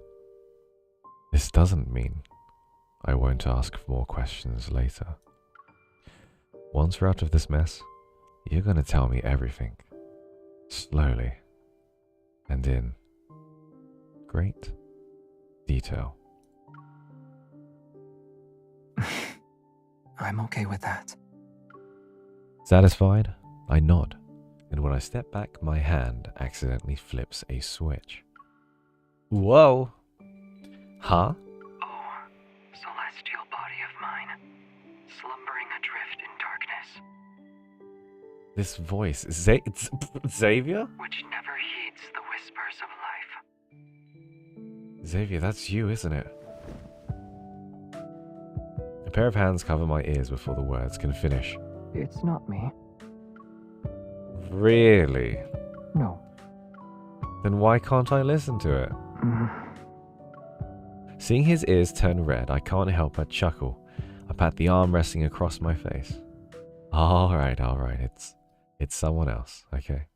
Or maybe the spaceship misses its captain so much that it's imitating your voice for fun. Yes, I agree. It's something like that. Alright, buddy. During the brief silence, Xavier releases me and quickly shuts off the recording. I'm about to tease him again when an alarm makes us tense.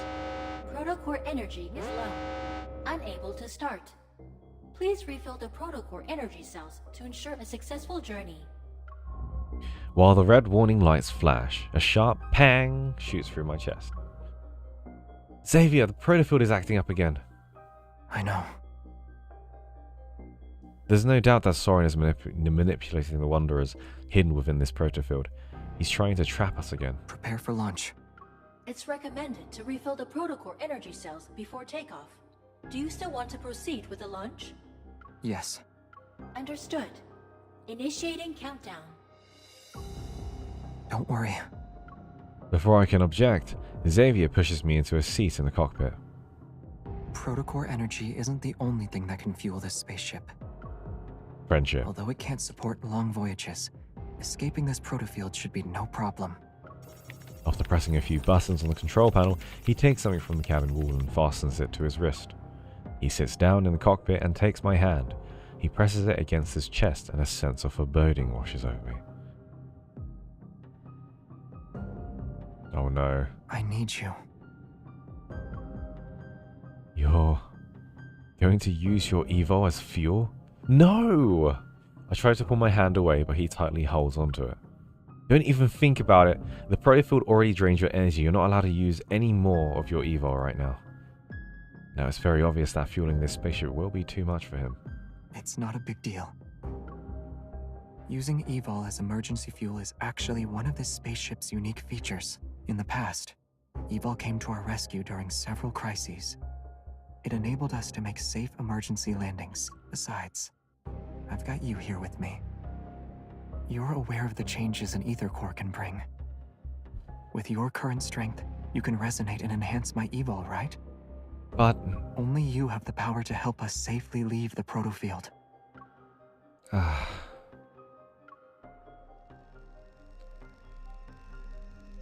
Trust me.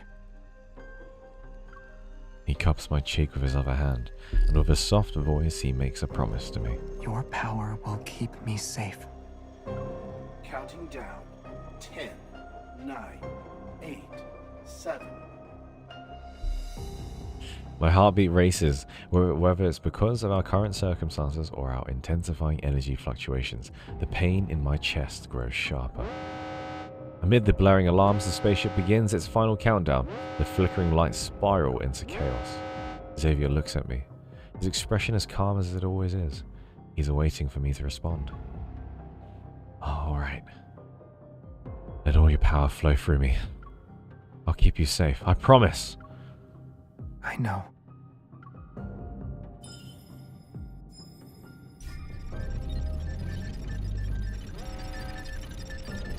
Violent tremors and a sense of weightlessness engulfs us, and after countless voyages through the boundaries of space, the spaceship plunges into the unknown once more.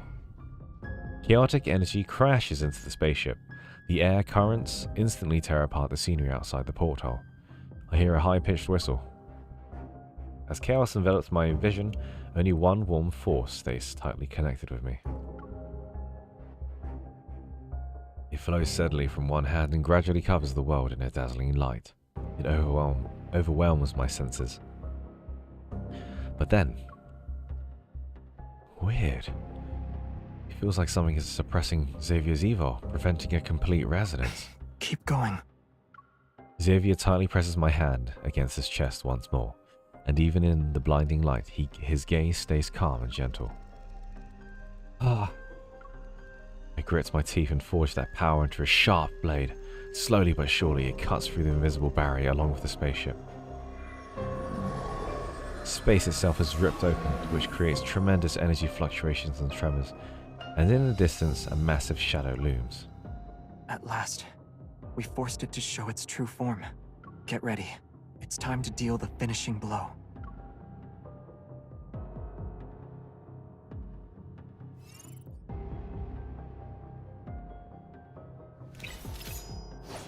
Okay. That was cool.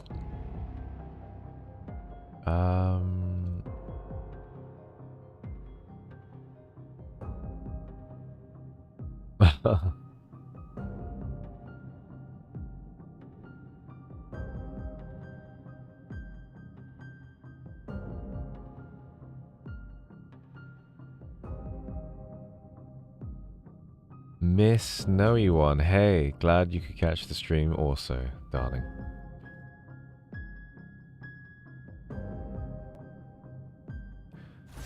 Do you know what I like about Xavier? Will I get what I want this time? Yeah, that's... Do you remember the techniques? The enemies are weak. Now's our chance.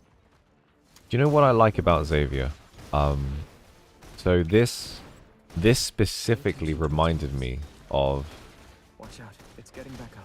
Okay, I'll let him finish, because there's a lot of Go back to the pit you came from. stuff going on. I'll deal the fatal blow. Not even a challenge. It's time. The enemies are weak. Now's our chance. Xavier. I'm here.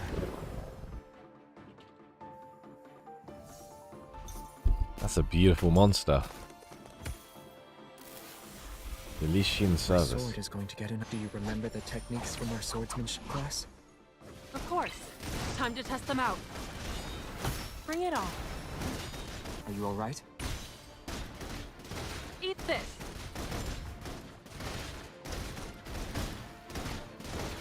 Xavier. I'm here. Become one with your sword. This game is madness. I'll show you.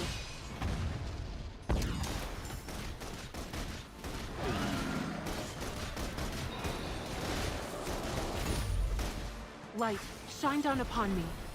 Here I come. It's time. The enemies are weak. Now's our chance. Go back to the pit you came from. Damn, it's dead. Well done, partner. Okay, so what I was trying to say is this moment when we're in the spaceship reminds me specifically of Fallen Cosmos. Caleb, right, his myth. But what I appreciate about Xavier and what I like about Xavier is that rather than refuting the MC and like pushing her to the side, like what Caleb does, a lot of the time Caleb will just be like, I'll handle it by myself. I'm going to be the sacrificial lamb. And he'll lock you away physically, stop you from doing stuff, and then he'll like kill himself or he'll sacrifice himself in one way or another. But what Xavier does instead is he looks at a problem, he looks at a situation, and rather than saying, I will take everything myself, you go, he'll say, we can do this together. And he will trust you to do it together. That's what I like about Xavier. Because I feel like in every instance that I've seen Caleb, he'll literally take it upon himself and do something selfishly for the sake of MC to survive. Whereas actually, a lot of the times probably, he could have just relied on MC and said, hey, let's fight this together, or let's work together to overcome this problem. But that's my 2 cents. They're like opposites.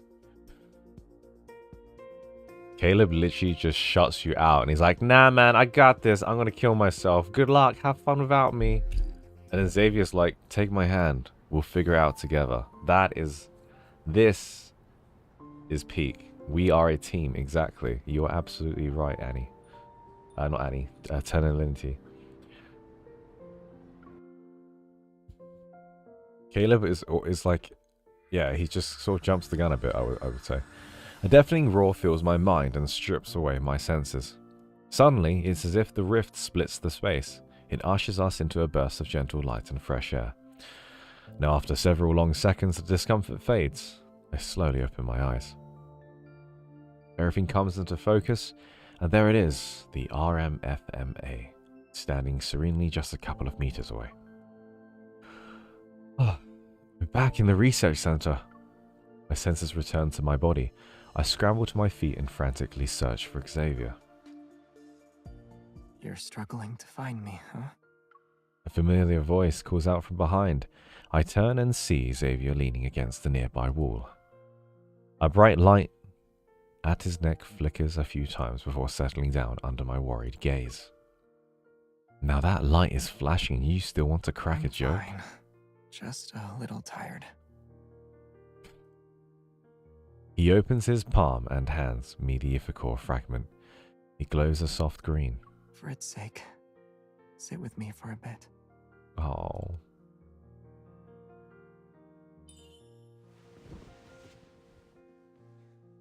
Unable to resist Xavier's expectant eyes, I approach him and sit down. I already sent the collected data and our coordinates back to HQ. The police will also be involved. He'll be here within 15 minutes. We don't have much time. We need to... I'm about to get up, but he grabs my arm. Let's make the most out of these uninterrupted 15 minutes. I feel a cool touch at my ear after Xavier pulls out a pair of wireless earbuds. Oh, he's so There's just enough cool. time for one song. Then we'll be in a hurry again. One song? You've got 15 minutes, and you're saying one song. One song is like 2.5 minutes long, like 3 minutes at best. Now, who invites a girl to listen to music with a wireless earbud? You should have offered me wired earbuds. That way we'd be close enough that we couldn't drift apart. I'm too tired to drift into a place that's far away from you. And I wouldn't, even if I could. Outside the skylight, another morning dawns.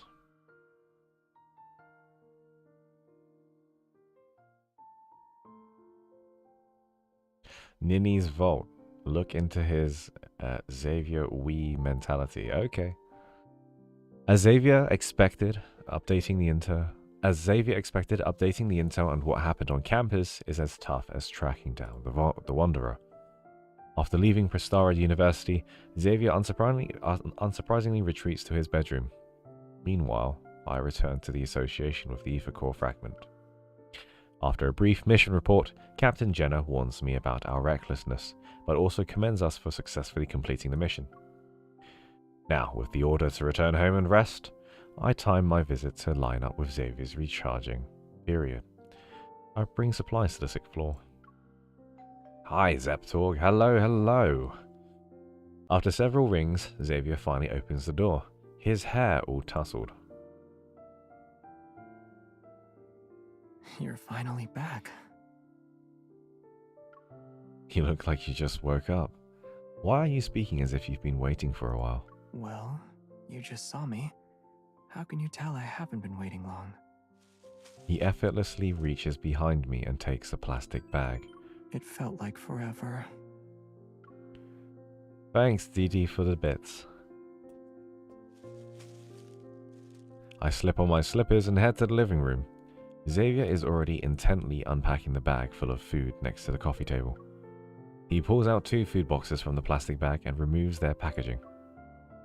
Is this from that store downstairs at the association? You went back there? You needed to recharge, so someone had to return that Ithacor fragment, right? Right. Thanks, partner. Oh, and Captain Jenner wanted me to relay a message to you. What is it? With mashed potatoes still in his mouth, Xavier looks up while the spoon is held between his lips. It's a warning. She said if you deliberately put her team member in danger again, she won't let you off the hook. Got it. I'll remind her about settling the other 5 verbal warnings she gave me. In that brief silence, Xavier lowers his gaze and eats his mashed potatoes 1 spoonful at a time. Did Prestara University say anything? Our surveillance and witness protection are ongoing, but we still haven't found Saurin. If we haven't found him by now, chances are we never will. He casually talks about it, but his words carry a mixture of indiscernible emotions. I decided not to dwell on it. You don't know where he's gone either. Nope. As I reflect upon everything, the vague, tangled clues pile up and cast a large shadow behind the clear image of Saurin. Now, getting out of his precarious situation unscathed isn't something he could accomplish on his own. Now, only a few groups could pull that off. Who's supporting him?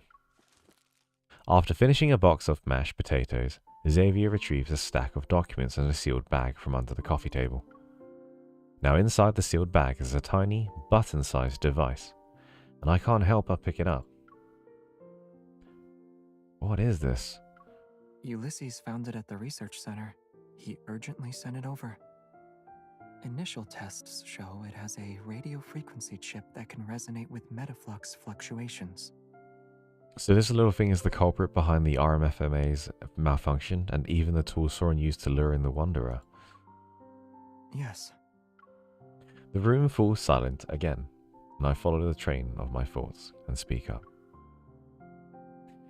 Can you also use that device to, like, recreate a plane of existence and overlap it with reality? Because you mentioned, like, earlier that this is something only your people know about. That's right. But you know I don't like illusion stuff. Xavier calmly says. I nod and put the sealed bag back on the table. Who can help him make that? Xavier doesn't respond immediately. Instead, he pushes the stack of documents towards me. Here's the latest analysis and theories based on what we know. It includes a list of groups with similar tech.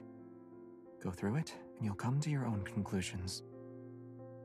As always, Xavier does not explain. It's as if he's already at the finish line with the answers. He's quietly waiting to see if I'll join him or choose a different path. However, I'm not content with following his lead this time. I place my hand over his and stop the documents he's pushing towards me in their tracks. I'll read these later. Xavier, I'd rather trust what you have to say right now.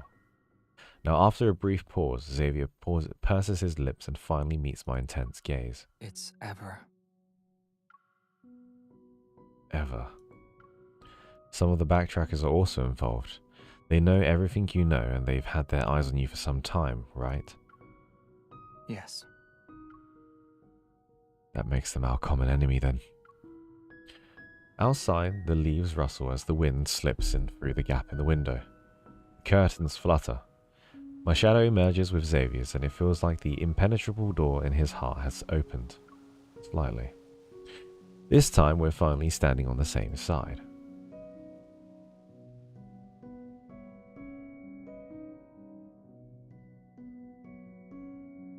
There's a lot of mystery surrounding this character.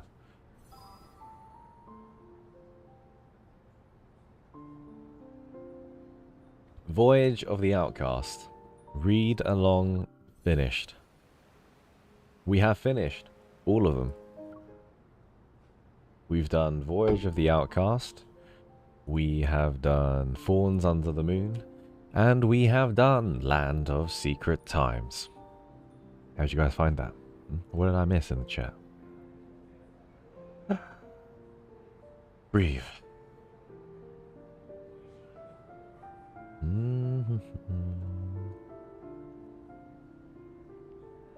Do we have a Kirby color for OT5 or OT6? What's OT5? Or OT6 for that matter? You stand the all. That's how you meant to play the game, I think.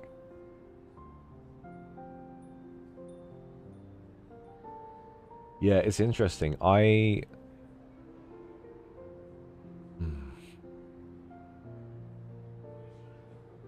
Now that I've read that and I've seen Xavier's other side, I almost feel like Caleb's Caleb's my favorite right now, but I feel like his has almost gone down a bit, you know?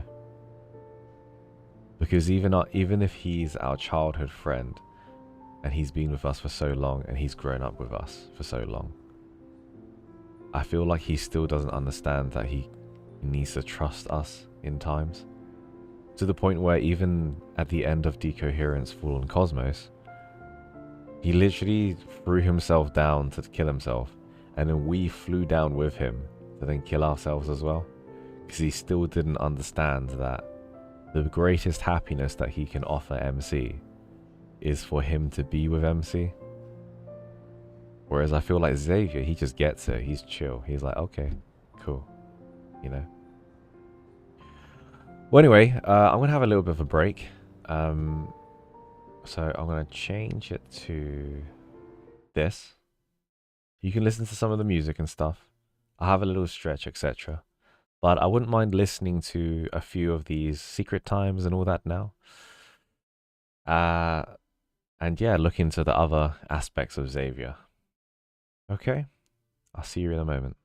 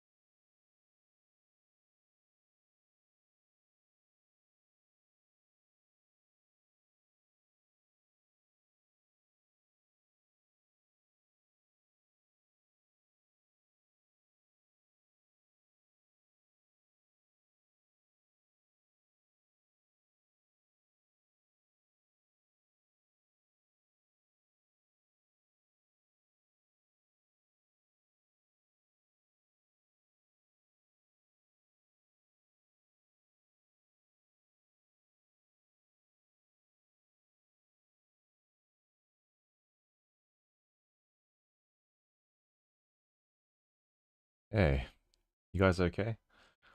I'm back. Got my headphones ready already, so. Ah, how's everybody doing? What did I miss? What did I miss?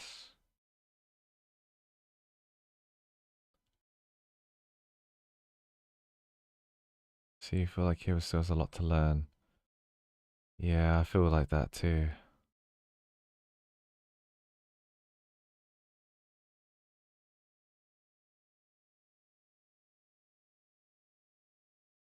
Does Didi have to go? Didi left?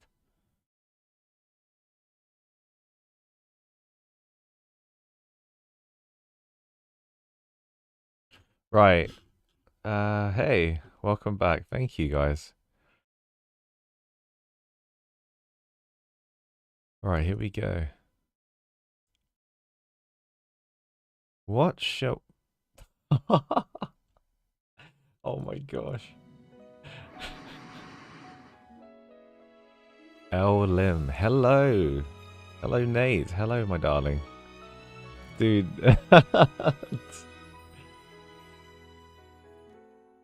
Yo, are you okay? Is that Raphael? Yo, dude. He's tired, man.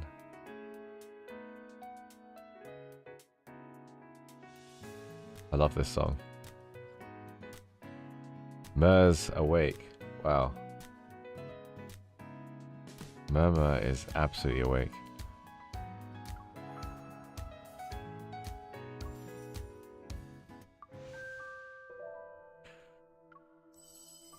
Midnight moment.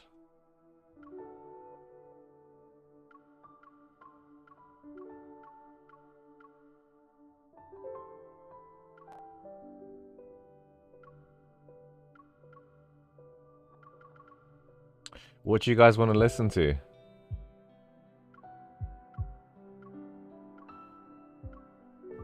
Midnight moment?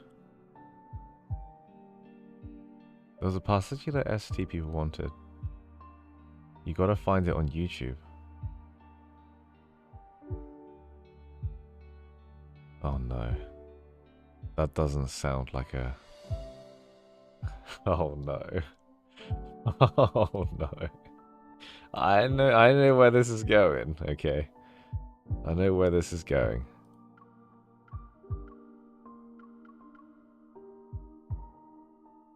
Alright, I mean...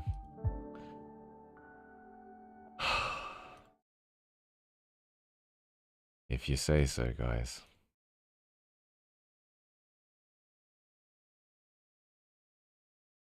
Simple tidbit.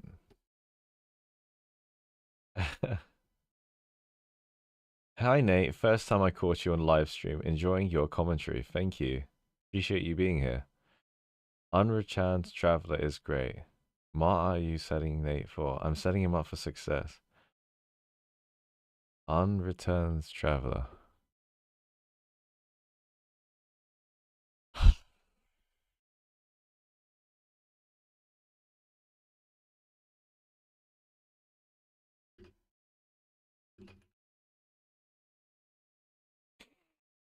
Thanks to Lavender.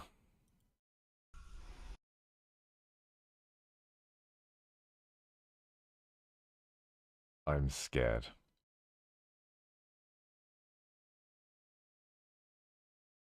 I'm scared.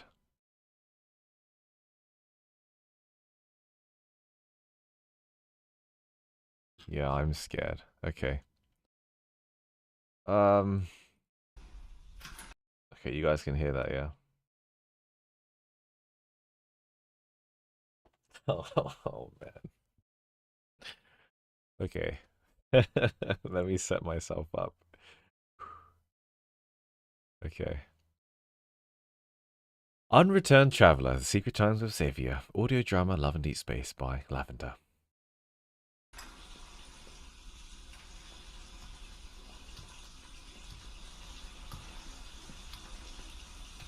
And here I thought I was going to listen to more about Lumiere myth, but maybe this Why is did about... you suddenly stop by? I was about to take a shower. No, it's not that I don't want to see you.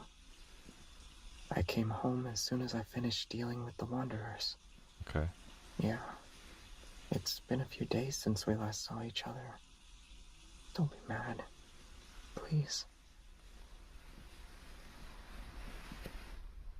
I'm fine.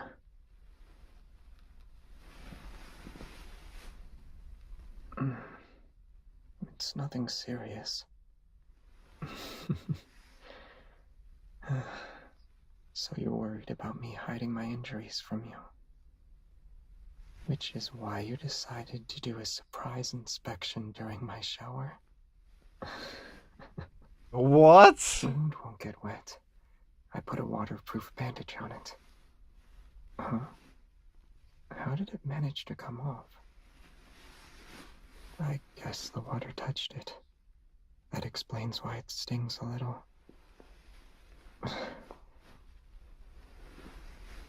I can't even lift my arms now. What is going on? Can you help me take off my clothes? Otherwise, I won't be able to shower. Okay.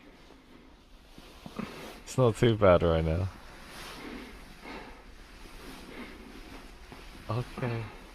Okay. You're leaving already. Oh shit. Why did you call off the inspection? Oh. I'm He's in the there. palm of your hand right now.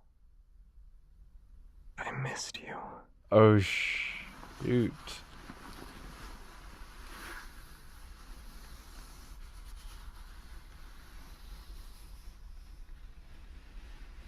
Then we can start with my neck.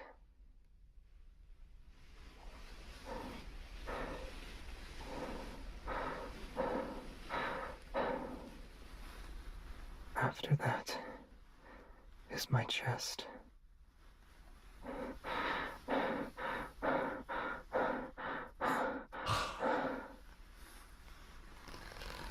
Good lord. You're rushing. It's almost like you've been burned by it.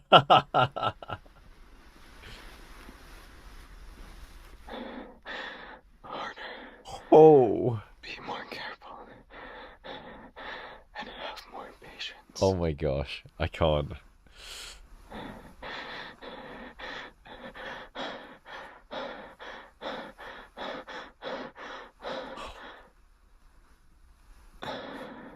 Oh my gosh, what is he doing?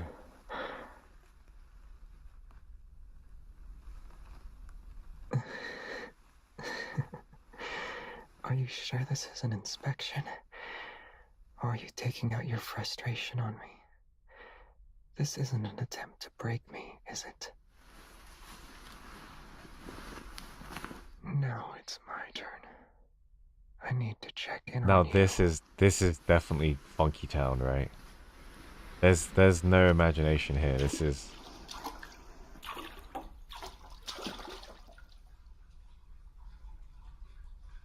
I know you're not injured. What I need to check is... Oh my gosh, dude. Right in the ear. Right in the ear. Did you miss me? What the hell was that? What was that?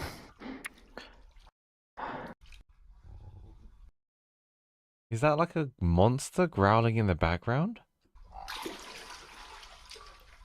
Sounds like a frog. Oh my gosh, dude.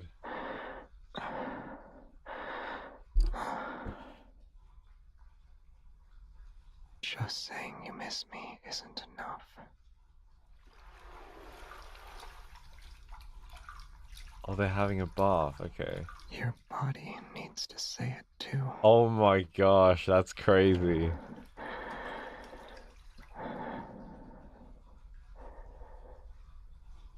It's so cramped in here. Let me come a little closer. Oh my gosh. Did you Dude, get this wet? is... Fuck. You'll catch a cold. Do you want me to help you take it off? What? What? You'll catch a cold. Do you want me to help you take it off? Take what off? We're in the bath. Butt naked. The water is warm now. But I want to increase the temperature.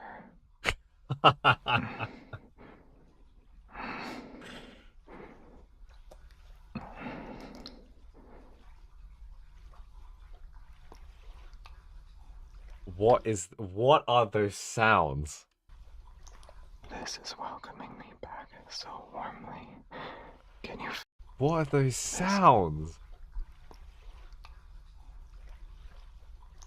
This is welcoming me back so warmly. Can you feel it?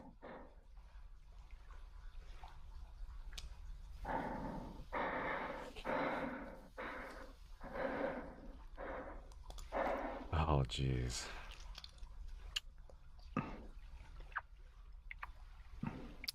Oh, dude.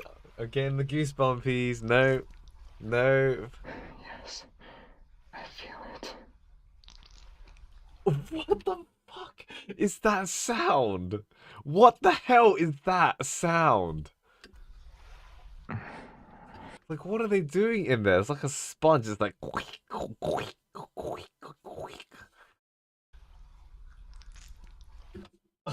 Oh, dude. Yes, I feel it.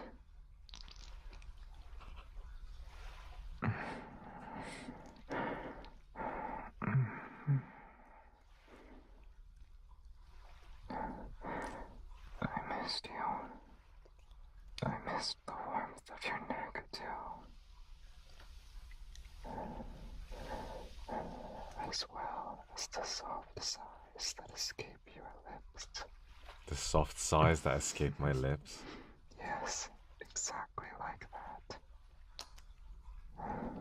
Oh my gosh, this is literally a PH category. I swear this is a PH category that is called JOI. I swear, this is a joy category.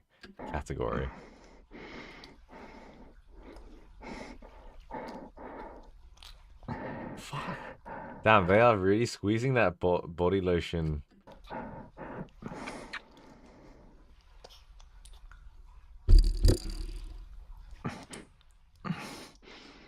Did you just bite me? You are being mischievous again.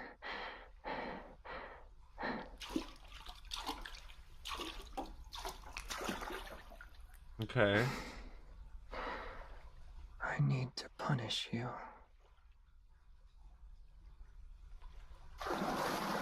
Okay.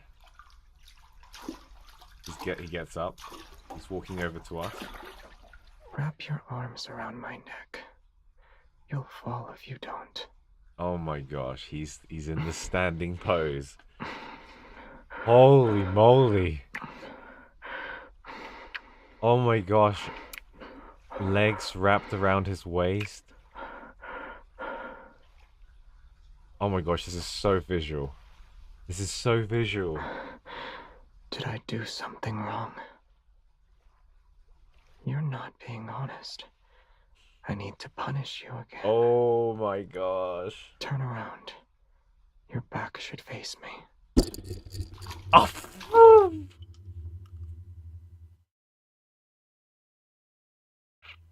this is so explicit.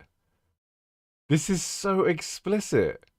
Silas literally, like, when I'm in the tent with Silas, I literally didn't know what they were doing. I was like, they're just like rustling sheets and there he's a bit wet. This is literally like, yo, let me take some back shots. Yo, turn around. Yo, sweetheart, turn around. Let me have some back shots. Bang, bang, bang, bang. What the heck?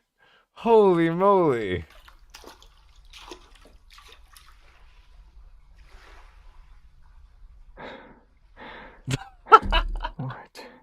too slippery to hold on. Can't catch your breath.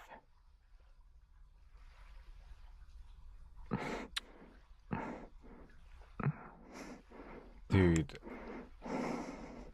He's so... Even if you surrender now, I won't stop. Oh my gosh.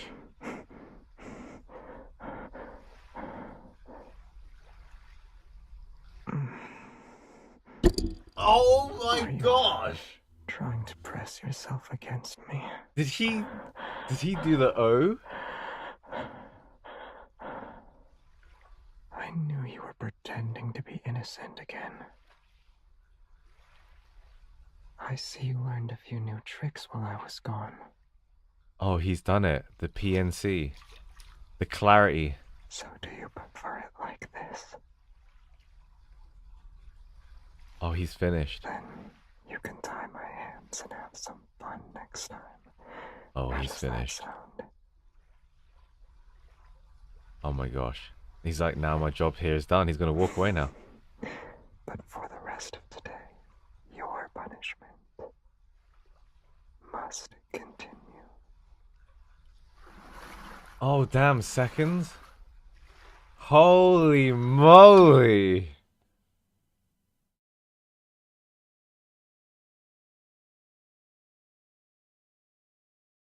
That was so explicit, guys. Okay. Damn. Oh.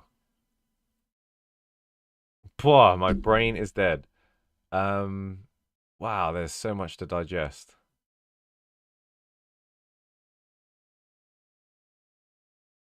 Okay. Okay, so so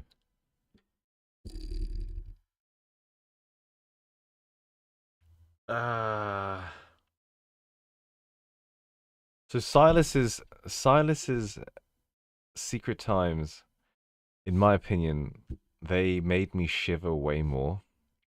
His voice is just so sexy, and the way the voice actor goes around doing it is so good. But this one, specifically Xavier's, I feel like the sound effects and the script is so explicit. So explicit that there is nothing left for the imagination. It was just like, can you turn around so we can make some more back shots? You know? And it's just like, I need to take your clothes off. And then he finished at the end. He's like, And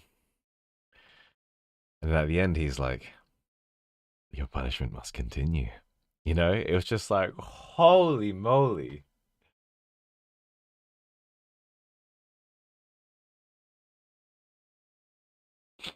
That was like what a ride. Silent poem. What, this one? Oh, man. This one specifically, well, this Xavier one, like, I personally feel, I think Xavier, maybe his voice actor, he's probably one of the weakest ones, I would say, in the English dub. But those sound effects, like the sponge, the squelching sponge going at a good rhythm, you know? My goodness. It's so cramped in here.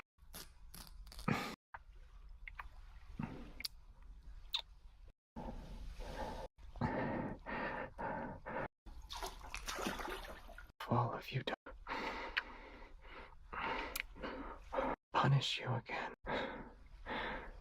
And then you can imagine it so much, dude. Like, literally, there's a sponge here. I'm trying to find it. But literally, like, he's like, oh, let me punish you. And you can hear him. He stands up, the water, like, coming off his butt-naked body. And then he lifts the MC up. And he just does the standing pose. And then he's like, sweetheart, turn your ass around. Let me take you from the back. You need to face the wall. And then it's like, bang, bang, bang. Like, holy moly. What? Where was it? The bloody sponge. Oh, there was a random frog. What was the frog? Excuse me? Did you miss me? Listen to the frog. Did anyone hear the frog? It's the tub.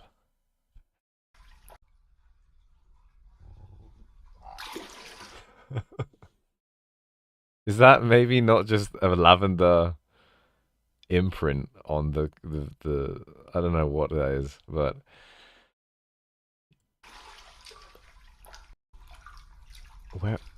where was the sponge bit? Your body needs to say it too. Like, how is this a plus 13 or whatever it is? Did you get wet? Look, tell me take it off.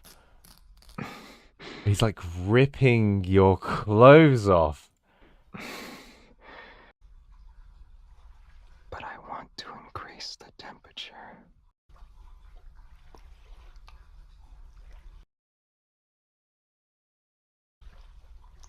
This is welcome. Dude, the sponge noises. Bring me back so warmly. Can you feel it?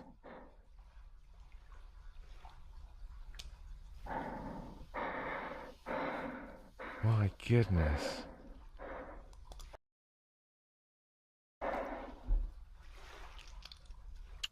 Oh, baby girl. Oh. Goodness me. Okay. Wow. Shit. That was crazy. Good morning. Wow, this was a great start to a Saturday. Thank you, Xavier. Thank you. I was expecting to listen to some Lumiere myths and stuff, but I think people wanted to hear this on YouTube, so yeah, that was great. I feel like the fact that he went through so many motions in this clip, and the fact that he actually finishes.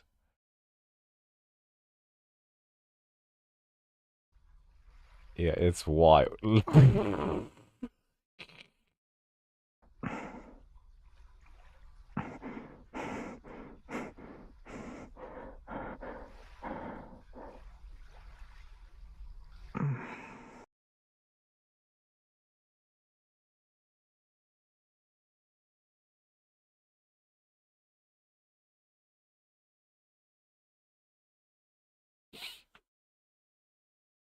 Nothing to the imagination. Absolutely nothing.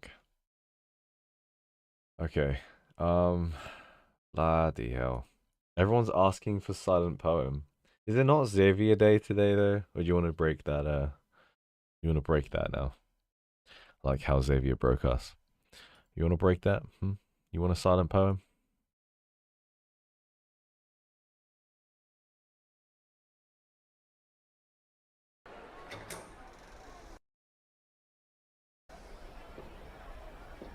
Oh man. Okay. Let me psych myself up again. And I'm scared because I feel like Xavier's ASMR work could be improved. Silas is like a 20 out of 10. Like he makes my whole body tingle. Xavier's not so much, but again, the whole package was just crazy. In this case, I think Zane's voice actor is actually pretty good. And I think he's very good when he's breathy. So I'm very scared because I have seen that catch-22 moment where he's like, touch me, you know, and he's just going into insanity, and that's crazy. So I know he's capable, and I'm scared. So here we go. All right. What background noise? No background noise. Okay. Jeez, I'm scared. I'm getting the weirdest feelings down there.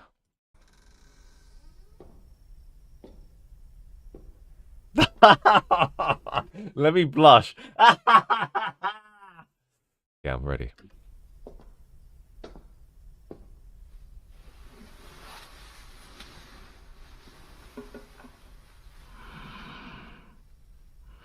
Hello, Zane. You okay?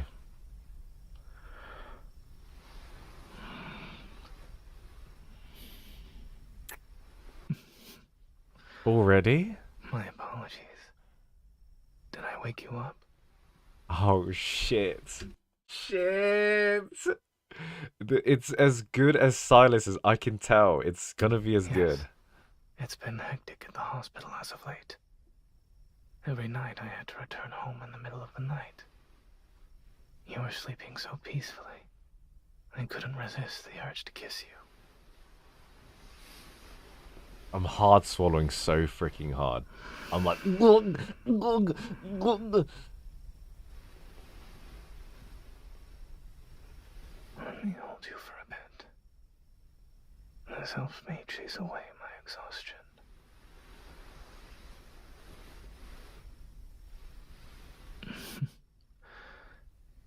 I should relax more. But how exactly will you help me relax? Oh no! No.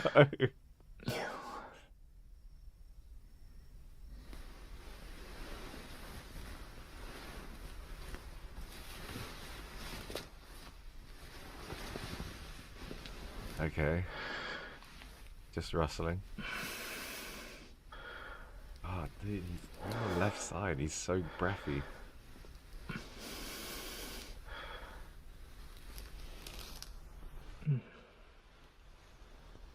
Massage? I see. Okay, it's not too bad. I thought. Never mind. Okay. We're okay. It's not too bad.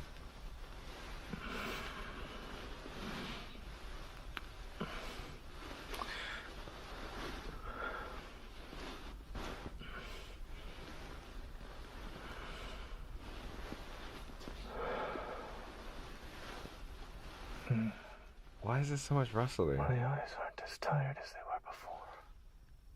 And my neck and shoulders feel so much better. Oh, because I'm massaging, right? Okay, so we're massaging. Okay.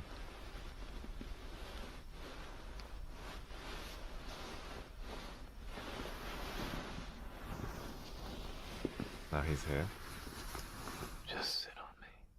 It'll be easier for you.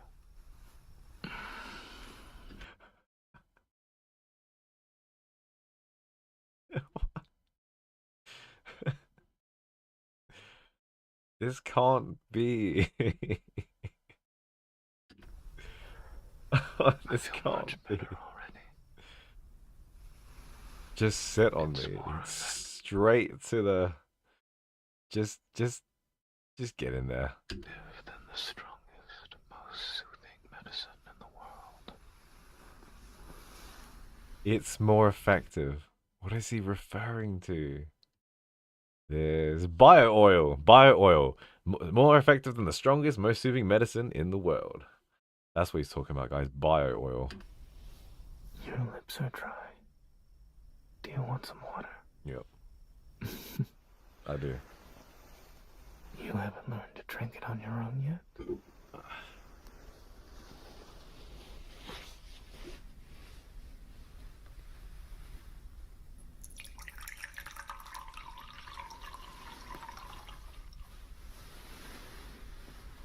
Oh no. I don't know where... I don't like where this is going.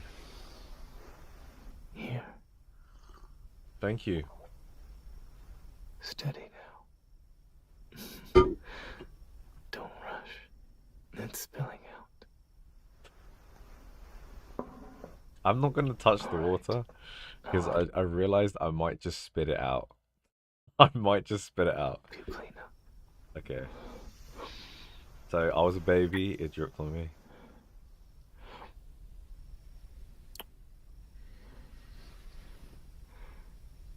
Is this what you wanted? Oh shit. I knew it. You want to do this. Oh my god!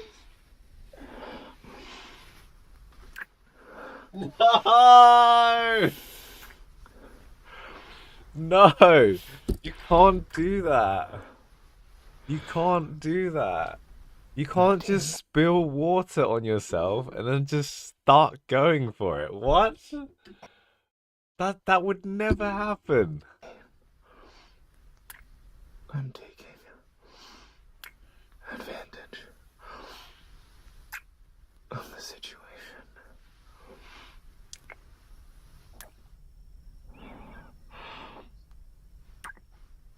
Oh, dude, his kissing sounds are really good, though. I'm not gonna lie. These are nice. Aren't we just helping each other relax?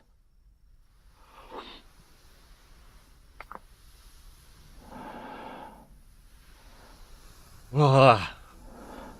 You know when dogs need a shake? That's me right now. Well, oh my gosh, we've only gone through 5 minutes of this. It's clean now. What's clean? What's clean?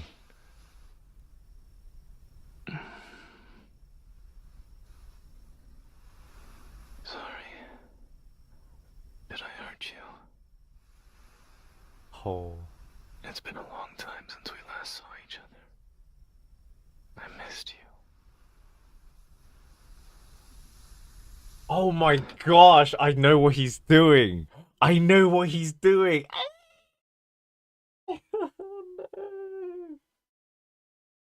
I think I know what he's doing. But no! Does this also need to relax? That's what he's saying, like, oh, was I too rough? Oh my gosh!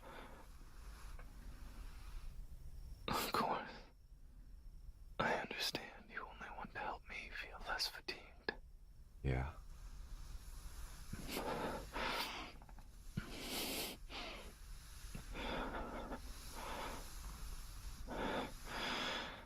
Different muscle groups call for specific massage techniques. Sometimes being skillful is what really makes a difference.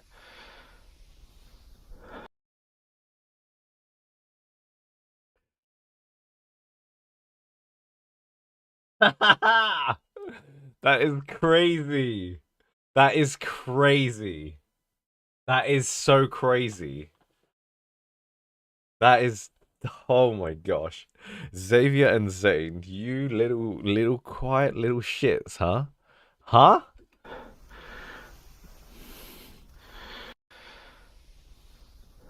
Oh my gosh, this is so explicit.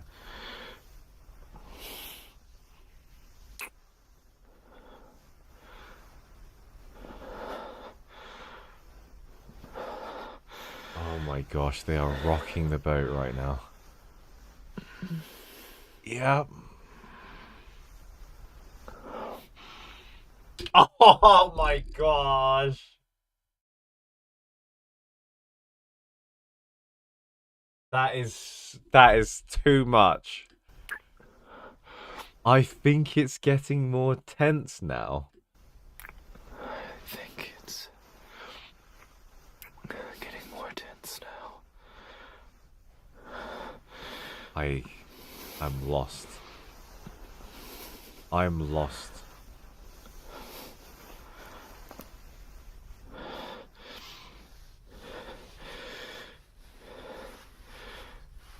Perhaps you could add a little more pressure.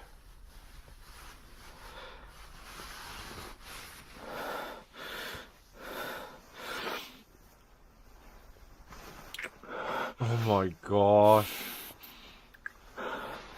At least he's not telling us to change positions.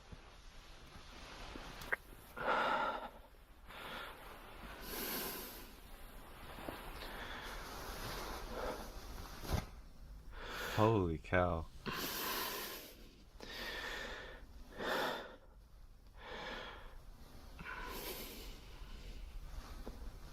I'm trying to stay focused, guys. I wonder, how long were you planning to pull this stunt on me? What stunt? What are we doing?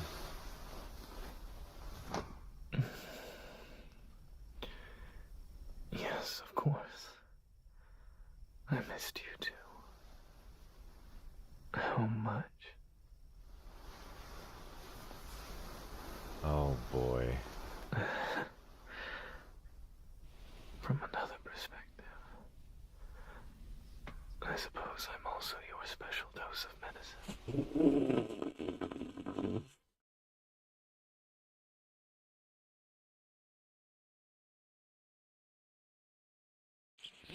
It hits harder because he's a dude.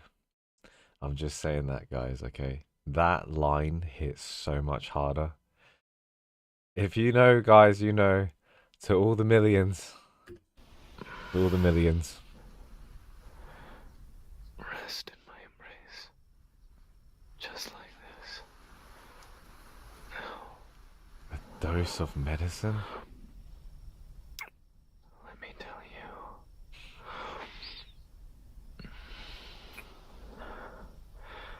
How much I missed you when we couldn't see each other.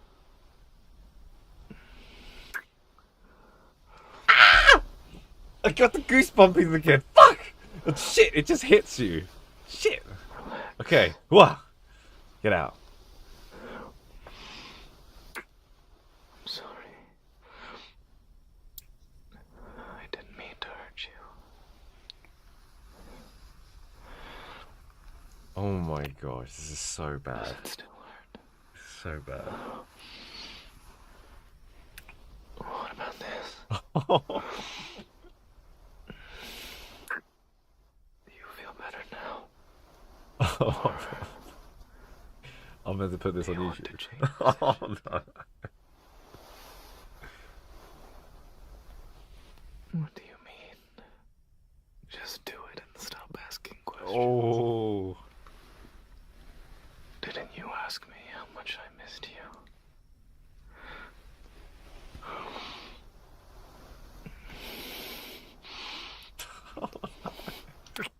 Wait, what is that sound?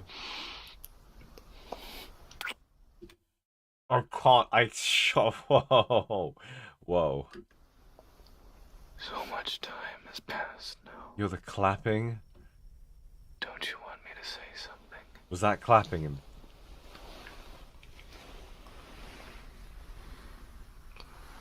Oh my gosh, it is. Oh, dude.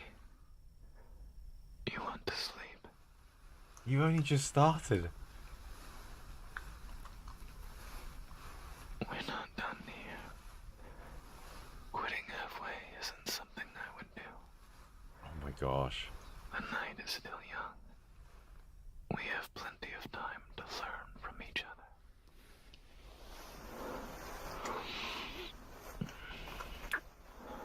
Okay.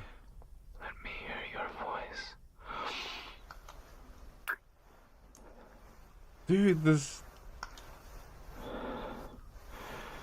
Right now. Just like that. Don't tell me he does it as well. Oh my gosh.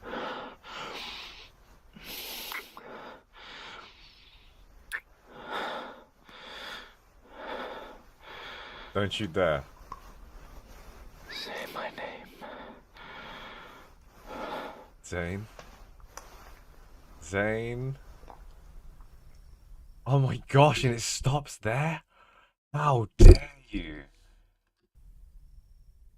How dare you? What? It just... Oh my gosh. So Xavier finishes right there and then in the audio. But Zane, this is just the start. This is just the start. Say my name. Say it, Zane. Say my name. Say my name. Haj, dude. Holy moly, that was crazy.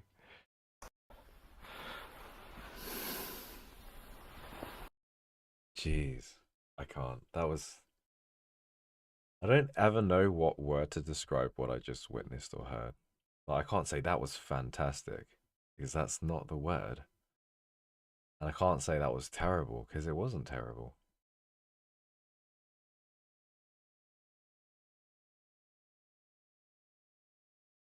What I can say is that definitely wasn't 13 plus. Or whatever the age is. That was crazy.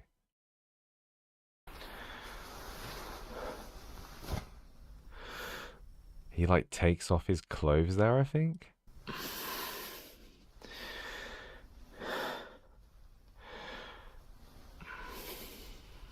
Holy cow, dude.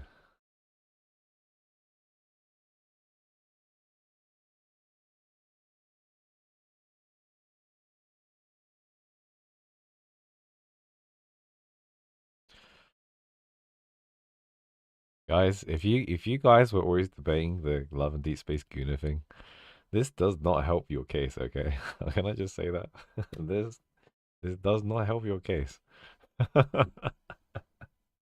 Oh my gosh, that was crazy. I think gosh, I'm blushing so much. I think this one is sexy. This one is like, there's a lot. There's some that's explicit that's not for the imagination, but then there's some areas of imagination, like when you start sitting on him and, you know, you start doing whatever imaginable things. I'm trying to be very suitable for work here. But when you do very nice imaginable things to Zane, whereas Xavier's one is literally like, please turn around. I need your back now. He just goes for it. So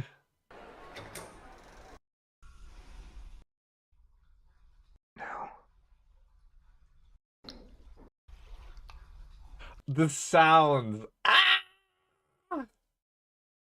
I think this one's worse for me. But Zane's voice acting is way better than this one. For me, it's the wet sounds and the fact that I'm literally not imagining anything. I am just being told exactly what's being happening. He's picking me up. We're doing things in a standing pose. He's then turning me around.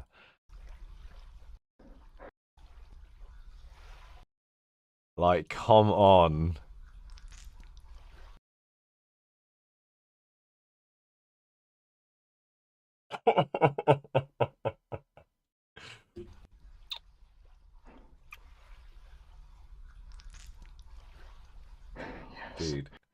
Dude, that is crazy. That squelching sound is crazy that is allowed. I feel it.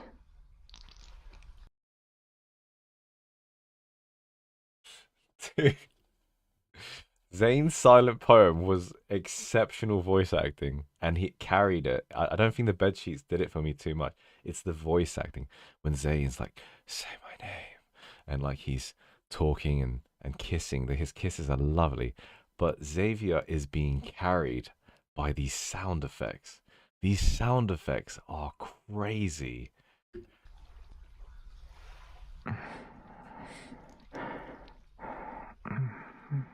Yeah. Okay. Okay. Oh. Compose yourself, boy. It's just an imagination. It can't hurt you. It can't hurt you. Sangsheim, I have all of them. I feel like if you've listened to all and every single one of the Li's secret times, I feel like you have transcended humanity. You're probably like this omnipotent spirit form that is just everywhere through time and space. You have transcended the love and deep space, I feel. if you've got all of them, you know, like Thanos, you know, the Infinity Stone moment where he's like, ah, you know what I mean. You know what I mean. Where's that clip? This one. This is when a Love and Deep Space player listens to all of the Secret Times and they finally feel the power. This is when they hear it, the last sentence when Zane's like, say my name. Yeah.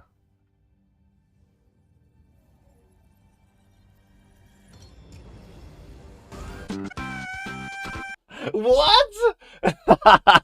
Okay, I didn't even know that would have come out. Okay, never mind. Yoshi's what? Yoshi's Island just came out of nowhere. I got trolled. I got trolled. I meant this.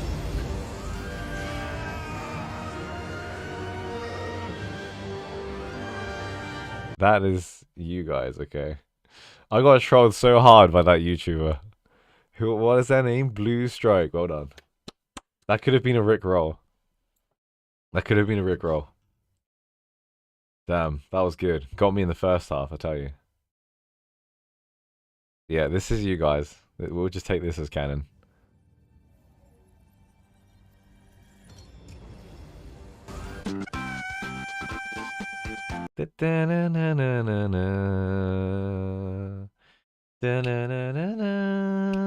That's a good song. I love that song.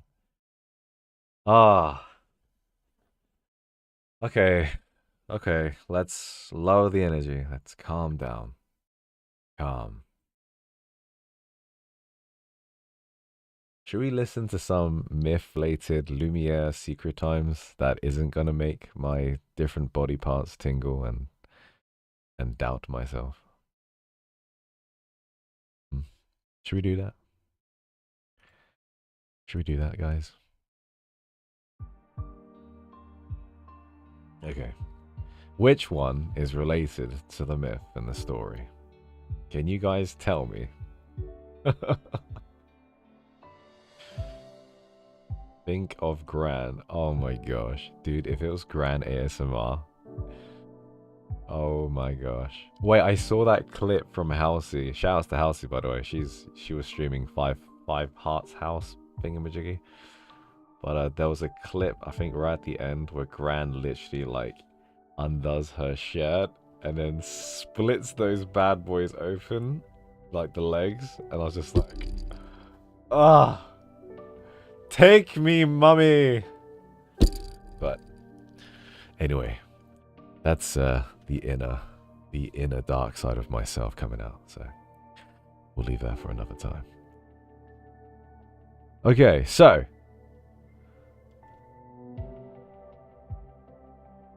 Veiled Guardian and Veiled Starlight. Alright, let's take a look at those.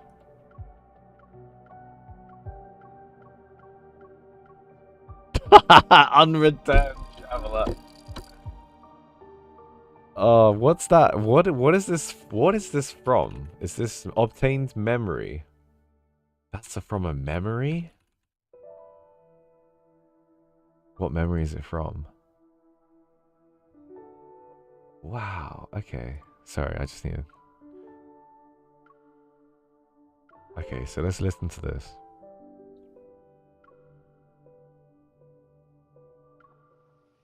Okay. Alright, guys. This is where this is the biggest bait ever. And this is so naughty. And you guys are not telling me. And I'm gonna be like, what the fuck? Okay, here we go.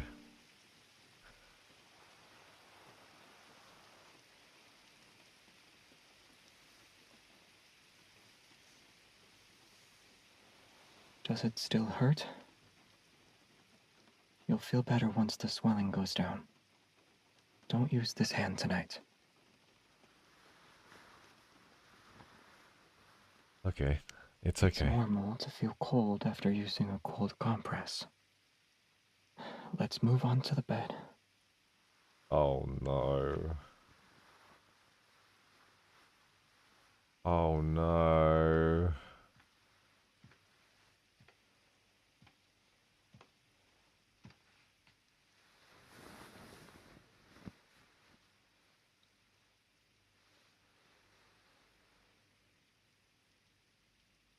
I still need to put medicinal wine on your hand.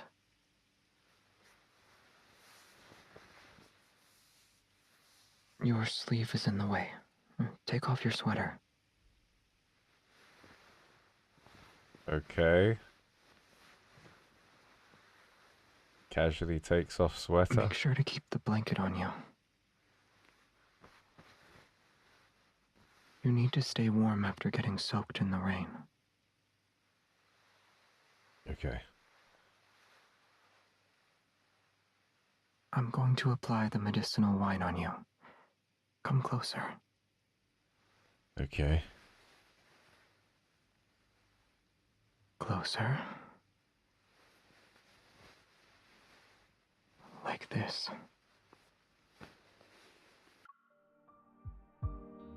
I've got so many intrusive thoughts in my mind when he speaks now. It's really bad. Like when he's like closer, closer. I literally thought he was going to be like, turn around. You know? I've got so many corrupted thoughts in my mind right now. Like, gone! Be gone.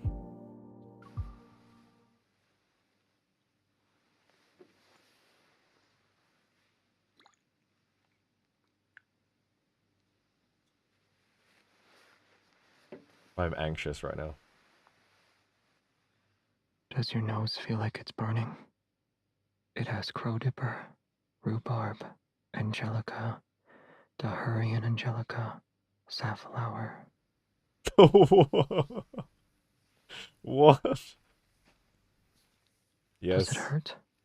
I was trying not to use too much pressure. He's you gentle. were okay with the consequences of rushing toward a group of wanderers. Now you're complaining? Okay, so we've hurt ourselves. He's trying to heal us. I'm not worried. Okay. We've only just begun.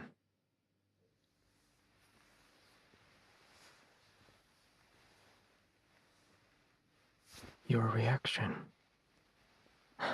It means I'm applying it on the correct spot. Don't move.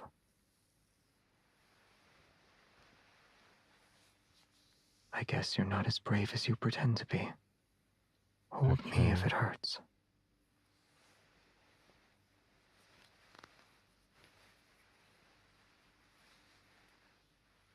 I didn't tell you to bite your own finger. Okay. What's wrong? It's almost like you have a fever. Oh, this Can you is... bear with it just a little longer? This is not as bad. I can relax now. Okay, thank you, Xavier. He's got a lovely voice. Relax. I'm almost done.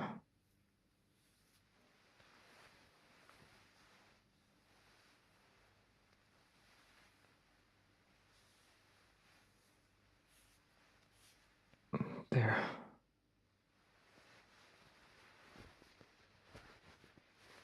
So when does this take place? Veiled Guardian. When is he doing this? So he's stitching our wounds up. He's putting like some medicinal stuff on it. You don't want to touch my wound? It's just a scratch. Don't worry. It reminds me of the Accident Emergency Department prompt voice.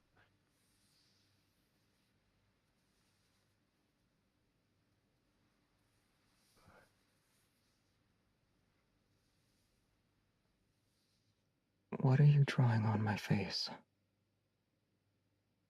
What about that mask? You took it off. This is the Lumiere mask. Yes. Yes. Okay.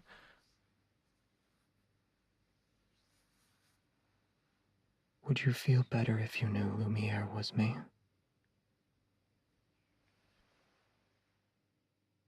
I'm not courageous. Even Lumiere is afraid of certain things. How did you think I felt when carrying you away from those ruins? Wow, he's very loud in my left eardrum.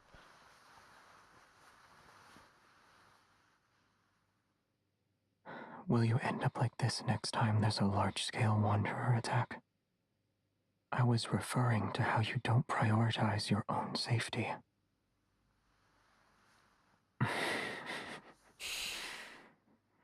You won't listen to what I have to say.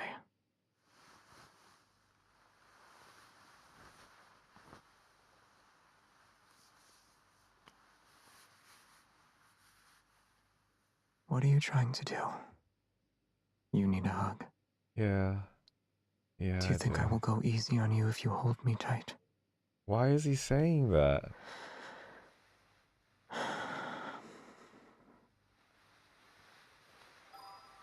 Is that a normal thing to say? Sleep. By resting well, you'll be able to recover. Thank you, We Xavier. can deal with everything else later. I needed this. I feel like this is canon, actually, because I went through such a grueling 20 minutes of absolute destruction towards my earlobes. And now Xavier's like, rest, recover, take it easy on yourself, go home, have some rest, you know? This is very much canon. Okay. I won't hurt your hand.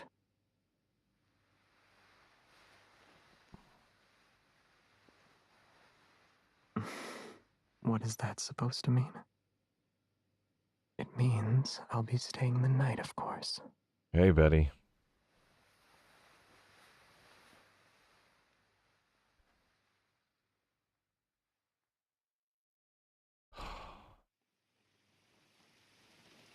Oh, it's playing again. Oh my gosh.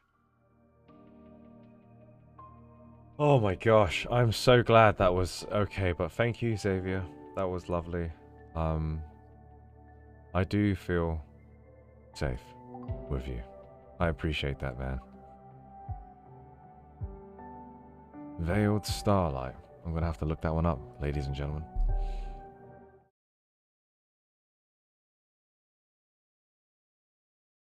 Right.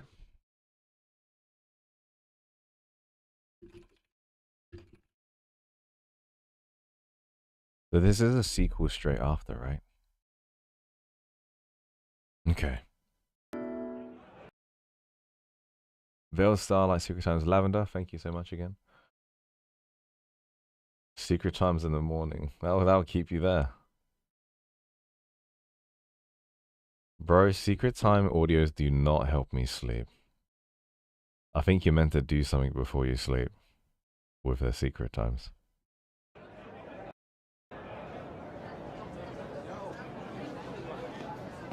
I mean, listen to it, Mari. Alright? I mean, listen to it, Mari.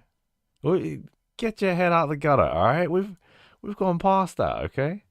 That's what I mean. You're just meant to listen to it. You gotta get your headphones and just alright.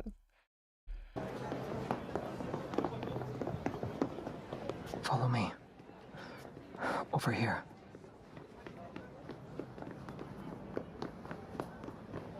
Do you know what? I know what you guys are like. You guys are like juxtaposition, you know. You're a dichotomy. That's what you guys are. You say no, but actually, you're like Silas. You're like, yes, no, maybe so. You guys don't mean no. You mean yes. You mean yes. Anastasia, I love your voice. Thank you. They're not here yet. We might have to hide for a while.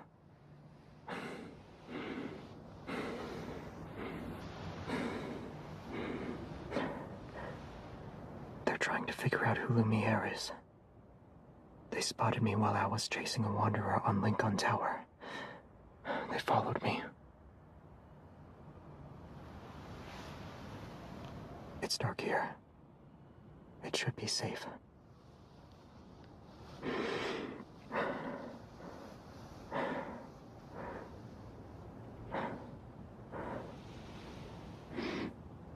Did you drink?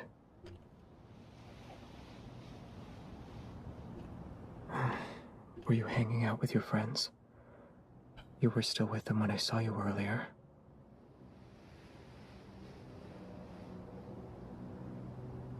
No wonder.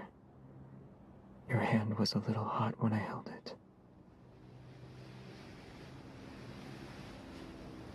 Your breath is also very warm. And garlicky, dude. That Sichuan hot pot really got me.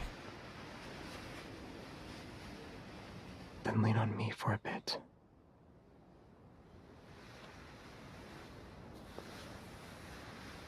I know it's kind of cramped.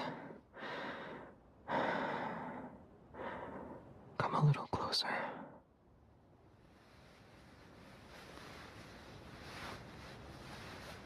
Okay. Give me your hand. And lift your arms. Move your shoulders first and watch your legs. Why is he asking me to dance? What the fuck? Give me your hand, lift your arms, move your shoulders. Move your shoulders. Yeah! Yeah! Right. What? Move.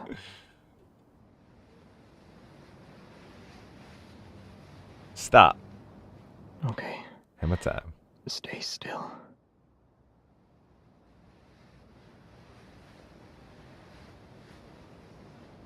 Can you stand?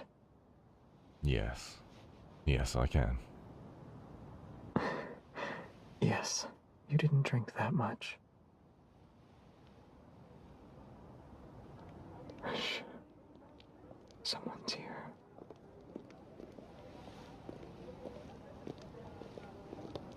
Trope 1. Washing machine. Oh my gosh, I'm stuck in a washing machine. My big ass. Oh. Oh no.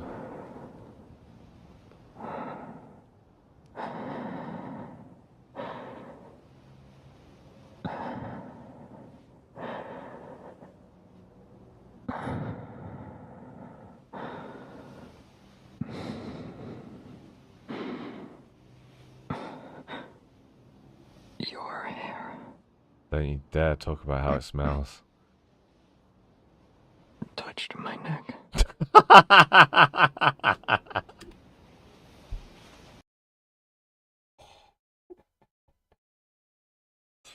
Why would you so breathy him? I'll be like, shit. I'll be like, shit, Housey. Fuck, your fucking hair's in my eyes. It's itching my neck. Fuck. You know? Instead, it's like, I'd literally like, Touched my neck. shit. It was like any of me or the mods, literally. It's mine. It tickles. Oh, right, now you're talking about it, boy. It'd be so funny. Stop that. I'm right here.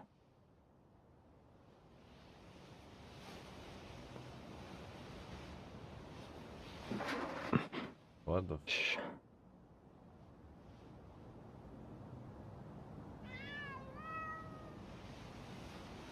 Oh, they're like little kittens. Hey, Bonnie! It was just 2 cats. Those people should be gone now. Yeah. It's us in the mod basement, How literally. are you feeling? So what if they're still around? I'm feeling good, man. It's late.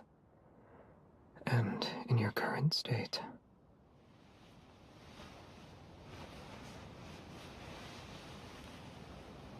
I'll take you home.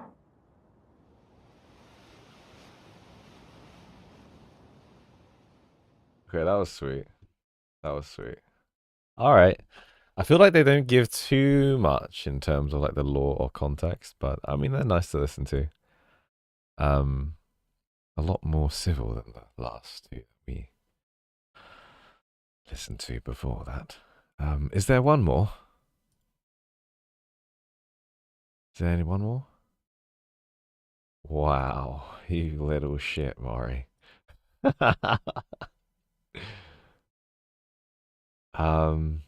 I think there was one more that someone suggested, right? Where is that one more?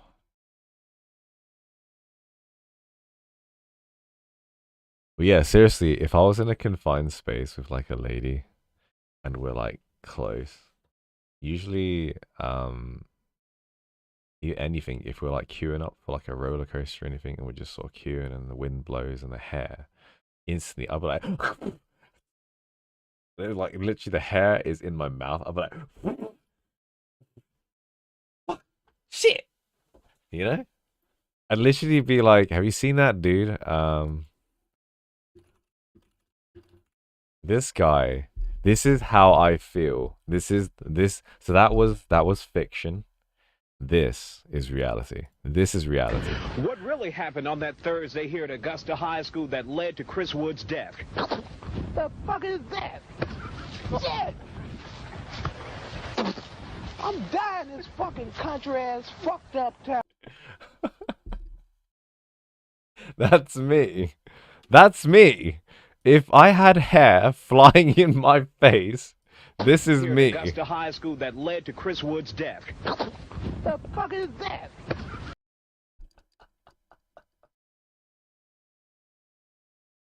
Oh shit. Classic. Classic. I freaking love this. This is so funny, but oh man. Life is good. Well, life is good, honestly, guys. If you're depressed, I hope at least this stream makes you happy. And the funny journeys and the things we go through today have been absolutely hilarious. So, oh, good stuff. Right, I think there was one more. Is it Starry Witness, Starlight, or someone said something star? Something to do with stars. Starry Sound. He sounds like Donald Duck. Starry Sound. Okay. Alright.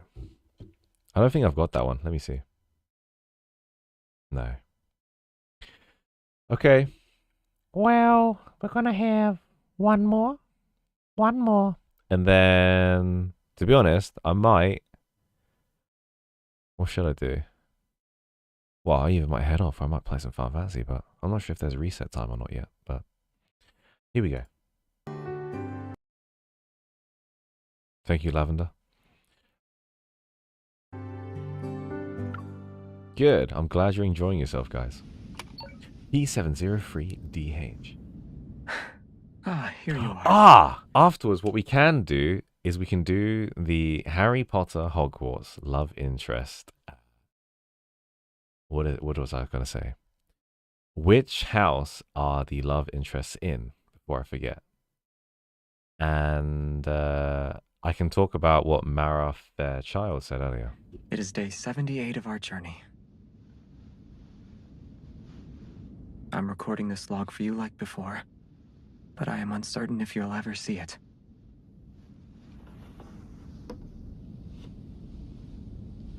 I spy the brightest star in the distance. It's Uluru, our little planet. Oh, he says that so lovely. Uluru. Uluru. I remember that day in Starfall Forest when I said I wanted to take you there. I haven't forgotten, but fulfilling my promise might take a bit longer. That makes sense, Calzone. Thank you.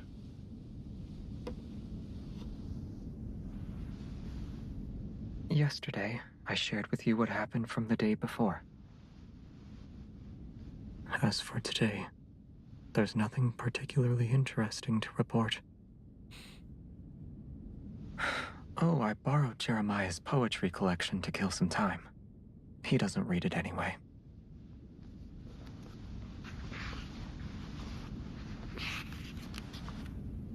I found an interesting poem.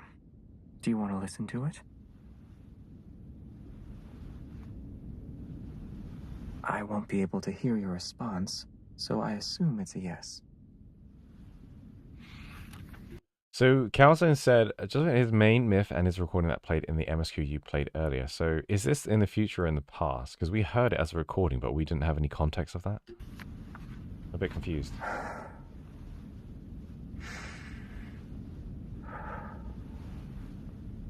O celestial body of mine, slumbering adrift in darkness.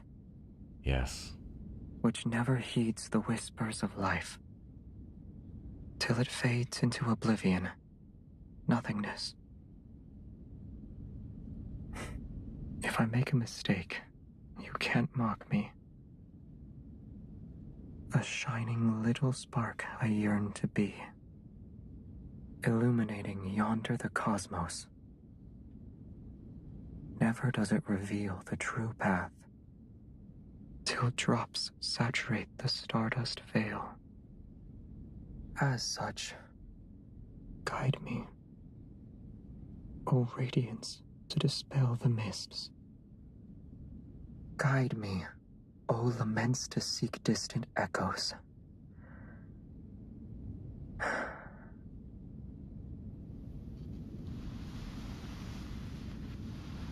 He's such a fascinating character. When lightning blows away stardust, I cease. Forgotten dreams rush before my eyes. O celestial body of mine, slumbering adrift the darkness.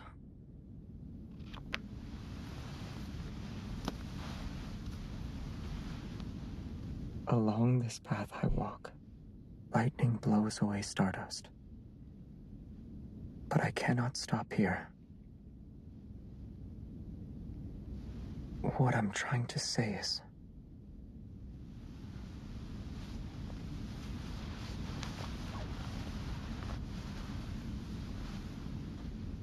I miss you.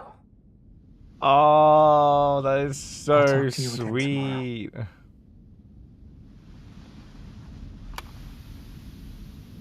That is so sweet. That is so sweet. You charming little pipsqueak. Okay? He's a cute little one. That was so sweet. Oh my gosh. Okay. Oh, Xavier. Well, I'm gonna have a little quick toilet break, but I'll be right back. But in a second, I can give you guys an update on my thoughts on the characters, and also we can put them into a little Hogwarts sort of placement. And then I think I'll probably end the stream, so maybe a little bit more, yeah? Is that okay with you guys? Yeah? Is it okay? Okay? I'll be right back here, alright?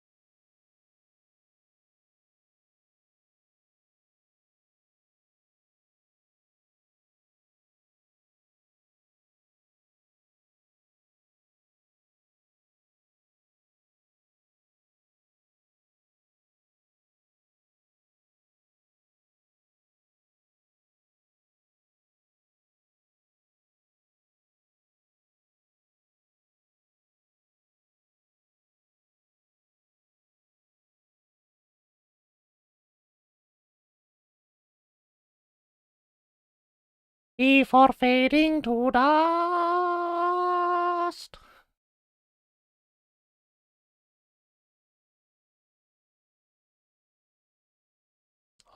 If you want to thank someone, it's I Slow Key Chill, who has summoned me by chanting the very words that summon forth me from toilet break. Some long for longevity, but Caleb wants his arm. Right. Love and Deep Space Tail this video.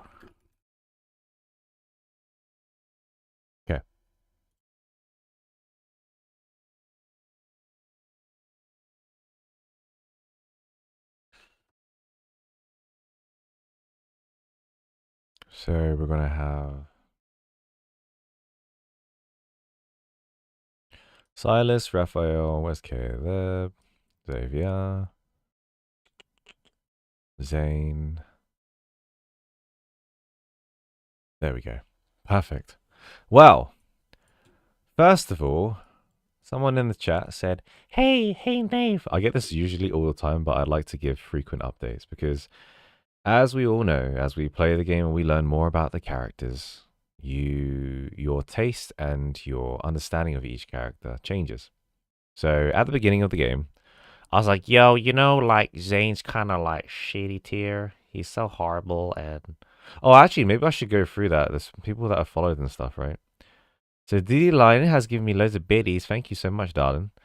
Thank you, Shiruchi, for the follow. That was very sweet of you. Blooming Blossom, thanks 3 hours ago. Whoa, there's all coming in now. Mara Fairchild, hello, darling. Thank you for the follow. And I think there was some stuff here on the YouTubing as well, wasn't there? Was there? Was there anything on the YouTubing that I missed out?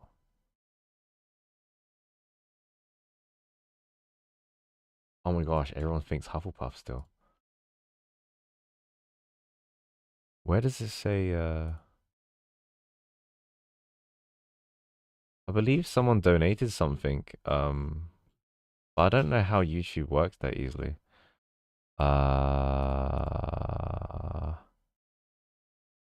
Mari, do you have a record of that or know how to find it on YouTube? If not, that's cool. Well, thank you. I think I did receive a donation or like a super chat earlier. A tired and hungry sunshine has followed. Thank you so much. I appreciate it. Let's see. Stream. Let's see if it comes up with anything quickly. I want to make sure I go through this, otherwise, I don't want to come across as disrespectful. Okay. because I do really appreciate everyone following it. It's so kind. You know, it's hard being a streamer. I know people say it's easy, but bloody hell. You know, every follow, every donation, every little bit sort of counts, and managing it all is, I don't know. I'm a very forgetful person. So I always forget to raid. I always forget to say thank you. So I really appreciate it. Thank you so much. Let me see. So I have the YouTubing as well.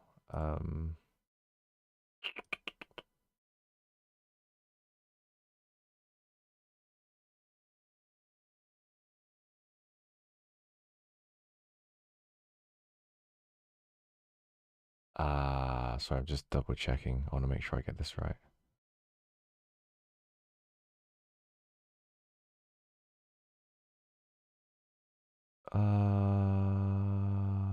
Why is it not working?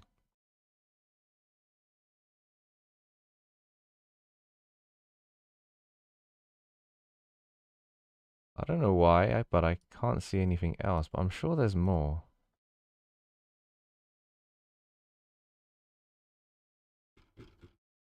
Or it just doesn't show up, I'm not sure. But there was like a donation thingy majiggy, so thank you, who did that. I sent a super when you started. Anjani, yes. Thank you so much, Anjani. Appreciate it. I can't find it physically though, which is annoying, but I'll try and figure that out off stream. Thank you so much. Really appreciate it. Right, so what was I talking about? Hello there. I was saying how... Come on, you little... Okay, here we go. At the beginning of the game, I'm going to just say unranked here. At the beginning of the game, I really didn't like Zane. I thought Zane was a bit of a... I don't know. He didn't really rub me the right way. He didn't really... I don't really understand him, and for good reasons. They don't really explicitly show you why or how he acts the certain ways he does. But after discovering his myth, and after discovering certain anecdotes, for example, I don't remember the name of it, but it's I don't remember the name of the anecdote we read last week, but that was so interesting. Where he's like killing these like zombies, and he yearns to be the doctor. He yearns to be the person to save people rather than putting people down. It was really sweet, and we covered that last week. And over time, even looking at the quad or quint banners that we have, I've been like, man, Zane's like multi-banner. Like his cards are freaking excellent, and what he's in. Now I've seen some trailers of maybe his myths here and there, and I have covered his standard myth that is not limited. And since then, Zane, I think, is like here now. I think he's really interesting, and I want more information. Like, I really want to put him here and be like, yo, I like him. It's a weird love-hate relationship with this character. But literally, I was like, nah, until here, he's quality for me now. But I just want to learn more and more about him. I think his voice acting is also growing on me. I think at the beginning, his voice acting was maybe a little bit shaky for me, but I think over time I've learned to enjoy his voice and understand it a bit better. Silas has always been S. This guy's voice actor is too good. He's like the Astarion of Love and Deep Space, I feel. His voice actor carries so hard. So freaking hard. And his Beyond Cloudfall myth was excellent. Weirdly so, though, I haven't even played his standard myth. I have all of the cards to do his standard myth, but I haven't done it because I've heard it's not that good. So he might even be here at this point. But I love his demeanor. I love his actions. I love how he's sort of hitting that bad boy type. But at the same time, he's very soft, he's very understanding, and he's very caring for MC. And I feel not only that, but he empowers MC. That's a very strong one. He, rather than shouldering all of like responsibilities, he's more than happy to let MC do whatever she wants. And shower her with goodies and stuff. So he's a really sweet guy. I think he's awesome. Raphael, again, this is me not doing all of the myths, etc. I don't know all the stories. This is just me right now, yeah. Raphael, at the beginning, he was like here, I would say. I wasn't too bothered by it. But then the one charm he had was that his script was incredibly funny. So it kind of put him here. And now I've discovered his current Abyss Walker myth. And I unfortunately wasn't able to pull for When Tides Echo. So I need to learn more about that as well. He's like a puppy. So it's kind of hard to rate him any lower than an A. I don't think any of the characters are bad. So they'll probably all fall into A and S actually, now I think about it. But he didn't take long to learn and understand and grow too. And he does have very interesting concepts about him, especially to do with the sea and that, you know, he's given us the scale and especially in Abyss Walker where he's decided to protect us and keep us alive rather than to save his own country and city people. So yeah, there's a lot of nuance to the character. Yeah, bubbly. Love him. I think he stayed the same.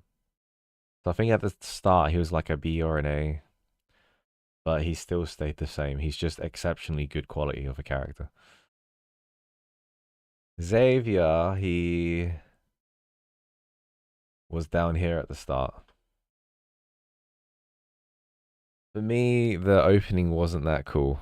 Like, we touch his chest and light comes out and you don't really understand what's going on in the game. And then I feel like a lot of his character and maybe the voice acting, I'm not sure, but the mystery behind Xavier wasn't very fascinating to me. I didn't really care too much. I was just sort of like,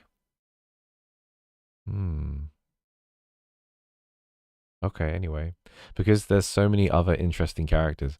Zane and Raphael, even when I didn't like Zane, the fact that I didn't like him made him interesting. Whereas, and Raphael I already liked, whereas Xavier at the start, I didn't like him. I didn't not like him, and I didn't like him, if that makes sense. I was just neutral, which in my opinion is probably at the start didn't make him a very good character.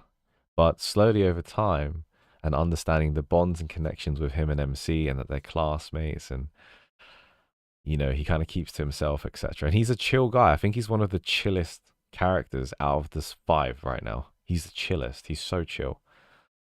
And like we've just done today, like he shares his earbuds, you know, no one else does that. He's more than happy to share his very close space with the MC, and it's sweet. I really like the fact that he empowers MC just like how Silas does, but probably even more so. Earlier, I made a comparison to say that when Caleb in his Fallen Cosmos myth, right at the end, spoilers, right at the end of Caleb's myth, Caleb literally shuts you into the ship and he's like, I'm going to sacrifice myself for you and I'm going to die. And it's really sad. And then MC then's like, what are you doing? She tries to get out of the ship and then she chases after him and they end up both exploding, right? And dying together, which is tragic. But I feel like if it was Xavier instead, he, like he did in the ship today, trying to escape the Protofield, he would have just grabbed your hand and he would have been like, we can fix and solve this problem together. We can overcome it. I really like that about Xavier.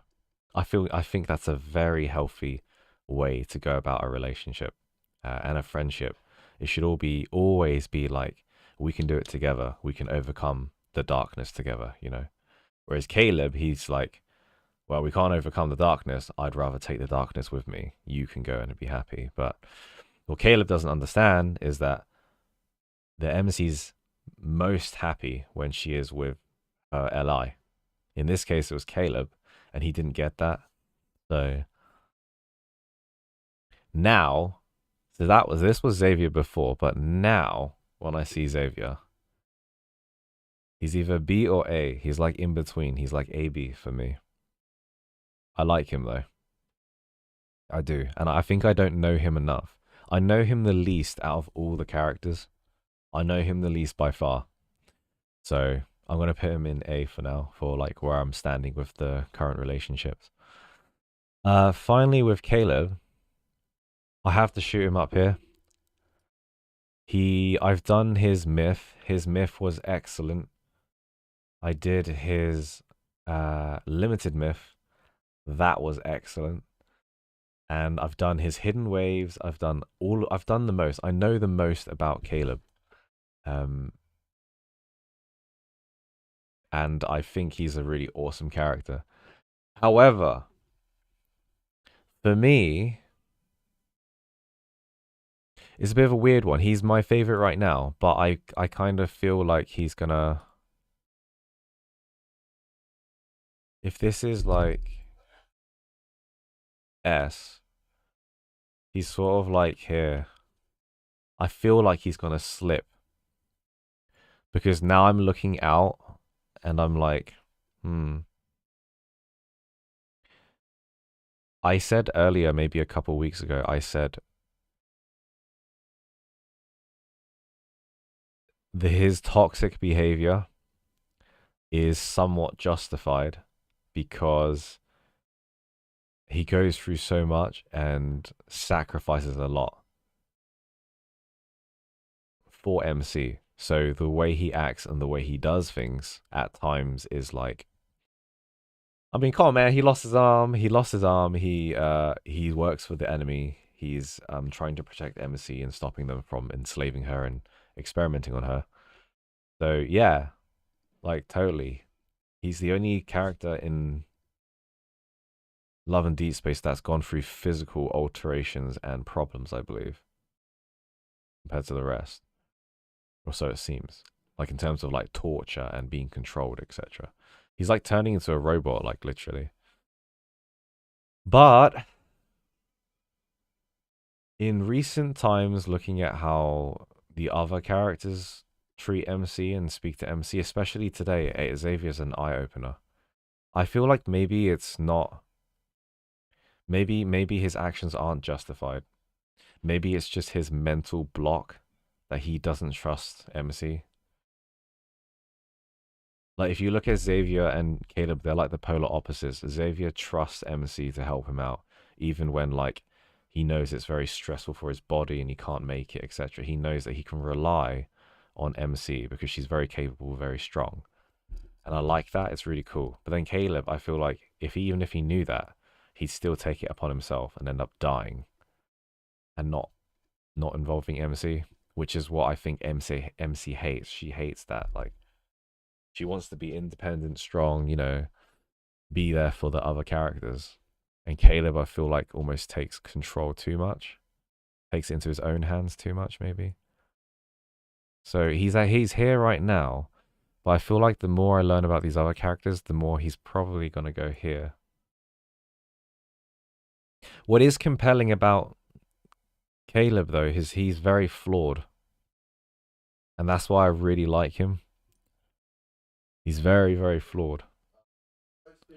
So, 1 second.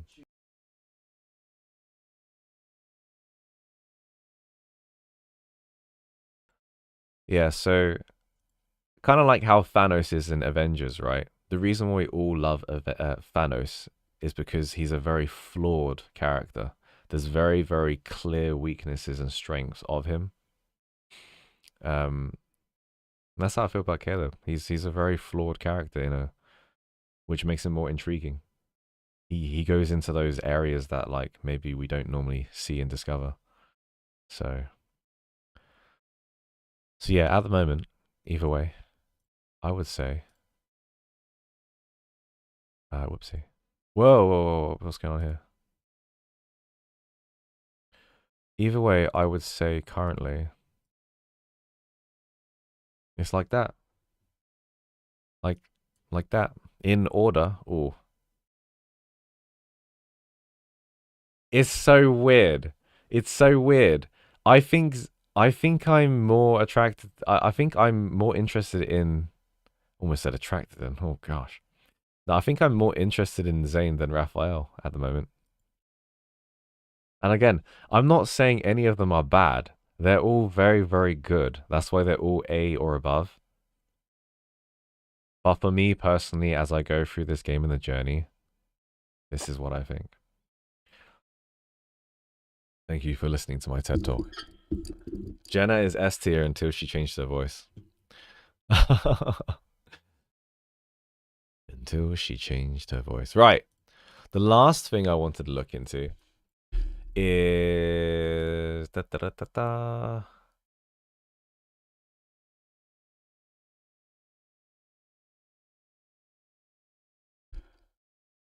I wanted to see what Harry Potter house you reckon each character is. Now, we did a little bit earlier.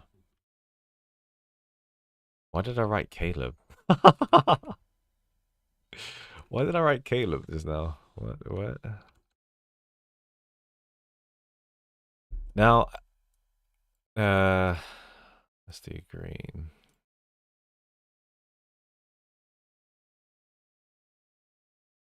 Right. We're going to do some polling. So earlier, it seemed like everyone from the poll thinks Xavier goes into Hufflepuff. I kind of want to know what you guys think of the rest of the characters, though. So, can we do some polls? Should we do Zane next? Where do you guys think Zane lands on the Harry Potter housing system? What would the hat pick for them? I personally think that Xavier belongs in Ravenclaw and Hufflepuff and Gryffindor. I don't know, he's a bit of a weird one. He's a bit of a weird one. You got Gryffindor. Hufflepuff. You've got Ravenclaw, and you've got Slytherin. Alright, I've got the poll on YouTube. So the reason why I thought Xavier was part of the Ravenclaw people is because if you've noticed in all the classes he goes to, he's always knows the answer. He's always sleeping because he's bored. He's very, very, very intelligent. I don't know if that's because he's a time traveler or whatever, or if he's from a different planet. But he's a very, very intelligent individual. I wouldn't say he's a Gryffindor, even though he's brave. Because I feel like he isn't outspoken enough or doesn't have that lion sort of attitude to him. He's a very gentle character. So he falls between Hufflepuff and Ravenclaw. Yeah. But yeah, I think Hufflepuff isn't a bad choice. I think everyone says Ravenclaw for Zane. I agree. He's a very intelligent, calculating character. He doesn't really I wouldn't say he falls into anything else. He's not a Slytherin. He's not greedy for himself. He's a very caring individual. In fact, he's a little bit like Xavier. He cares for a lot of people. But yeah, I would say Ravenclaw is the most. Correct. Okay. Raphael. Raphael being an interesting one. Let's do Raphael now. So, where do you think Raphael stands in the house? Is it Gryffindor? Is it Slytherin? Is it Hufflepuff? Or is it Ravenclaw? I think I spelled Gryffindor wrong, did I? I'm just going to do that and see. Oh, it's with a G-R-Y, so I did spell it right. Okay, cool. What? So I'll wait for my thoughts to sort of... I'll wait for the thoughts at the moment. I don't want to skew you guys, so...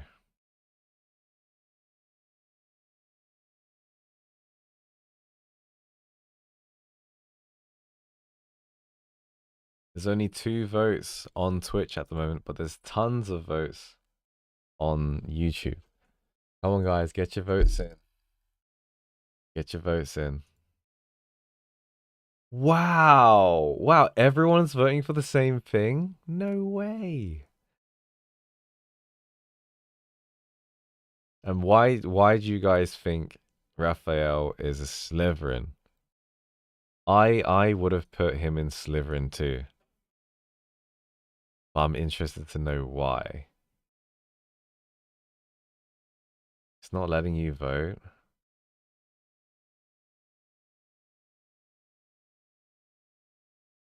He's a Lumerian warrior / princess. Try refreshing the page, Tired and Hungry. Maybe you can get it now.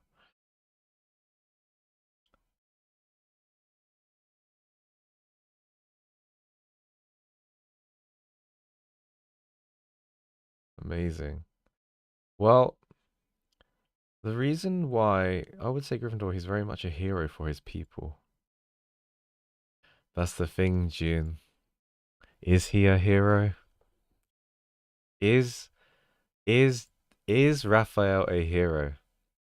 Because in Abyss Walker, instead of killing MC, spoilers by the way, instead of killing MC to take back the scale, to bring his home back, essentially, bring the sea back to the world, he decides to just follow MC to Waleful City.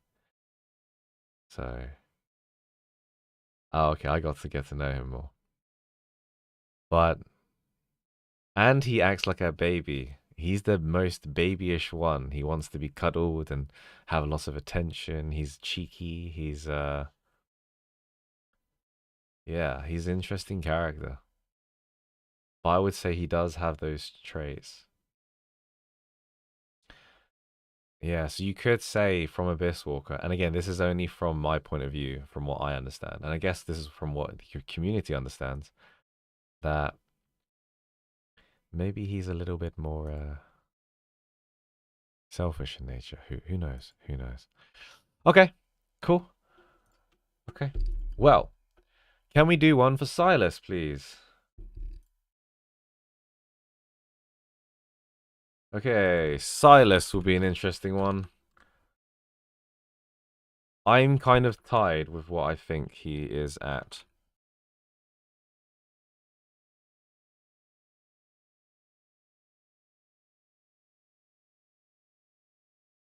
And also, just remember, Slytherin doesn't mean it's a bad thing. It just means what you think their traits are, so... Silas, what do you guys think of Silas? Where does he fit?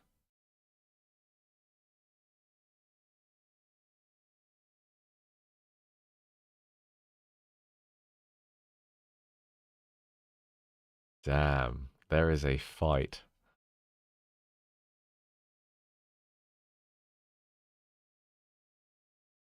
Oh, Monty's here. Hey, mate. Good morning. You okay? Hmm? Come on, Twitchies. The Twitchies aren't voting enough. Come on, Twitchies. The YouTubies are voting loads. I see you guys. There's like 40 viewers on YouTube and about 25 viewers on Twitch. You guys can all vote. Come on. Oh, bless you, darling. Hmm? Four? Four? Four? Good boy.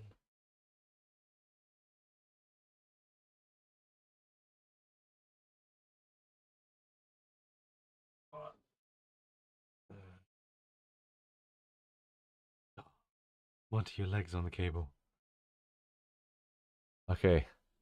Alright, the votes are in.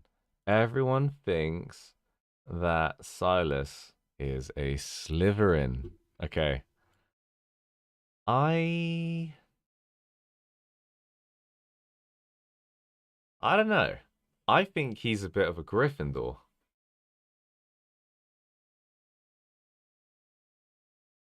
I think he's a bit of a Gryffindor in my books.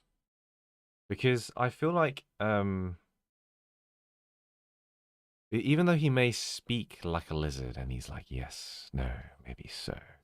And he's like his demeanor is very like baddie. If you look at what he's done so far, he's extremely Gryffindor. Like when you see Beyond Cloudfall and you're enslaved, trapped, and being tortured by like the the people. He literally comes in, roars, and he swoops in to save you. And he knows if he goes near you, like the sword might come out and kill him, and he still does it anyway. And he's just such a lovely, pleasant character that will always do anything to come and help MC. Like, I think it was Continuous Symphony where he's carrying MC on his back and he's just like making sure she's feeling okay, etc. So I feel like I personally feel like Silas is a Gryffindor. So that's very interesting. What makes him a Slytherin, guys? Why do you think he's a Slytherin?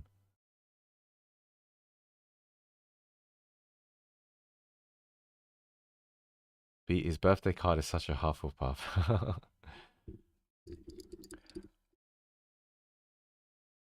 No, of course it doesn't need to be 100% accurate. Of course. Okay, sorry guys. I've got Monty with me. He's a bit of a bundle.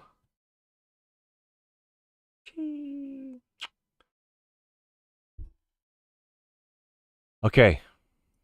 Alright, if no one has any comments on... I chose Slytherin because of his pride, resourcefulness, intelligence, and ability to adapt. He's willing to do anything for MC, but he is not reckless. I mean, he was reckless in Beyond Cloudfall. He was reckless in Beyond Cloudfall. He didn't have to die. I feel like MC's a Slytherin, though. MC would be a Slytherin. Is there an MC here? There's no MC here. MC would be a Slytherin, 100%. Okay, last one, guys. Last one. Caleb.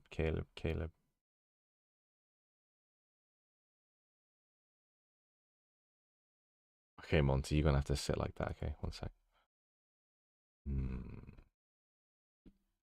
Caleb house. Oh, he's sitting on Raven. All right, Monty. Slytherin. Hufflepuff. All right, guys, last one. This one will be interesting. Very interesting.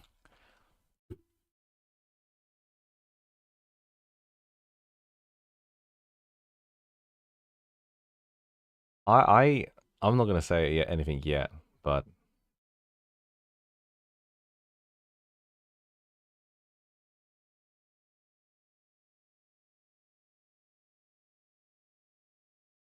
oh, hello, Monty.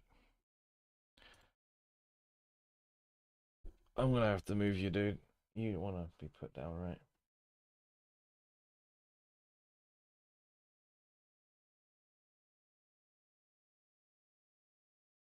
Okay.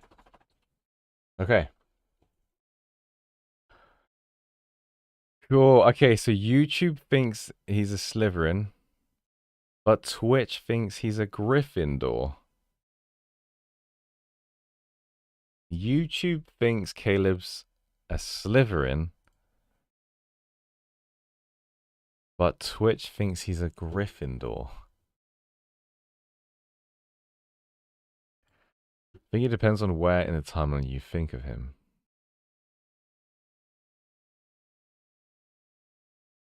Thank you. That is a cute dog.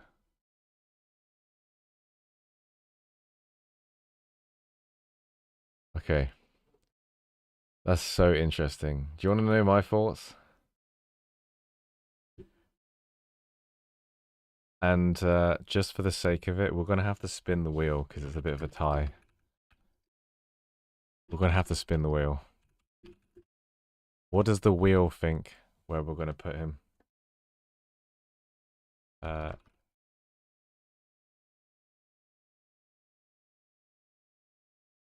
haven't done this in a while, have we? But if it's going to be a tie like this, we're going to have to do it. Okay. Oh, praise be the mighty wheel. Is Caleb Gryffindor or is he Slytherin?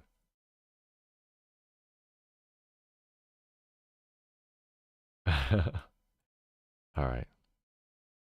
Let me just adjust this so I can see you guys. There we go. Here we go. Gryffindor or Slytherin? I think Caleb is a Slytherin.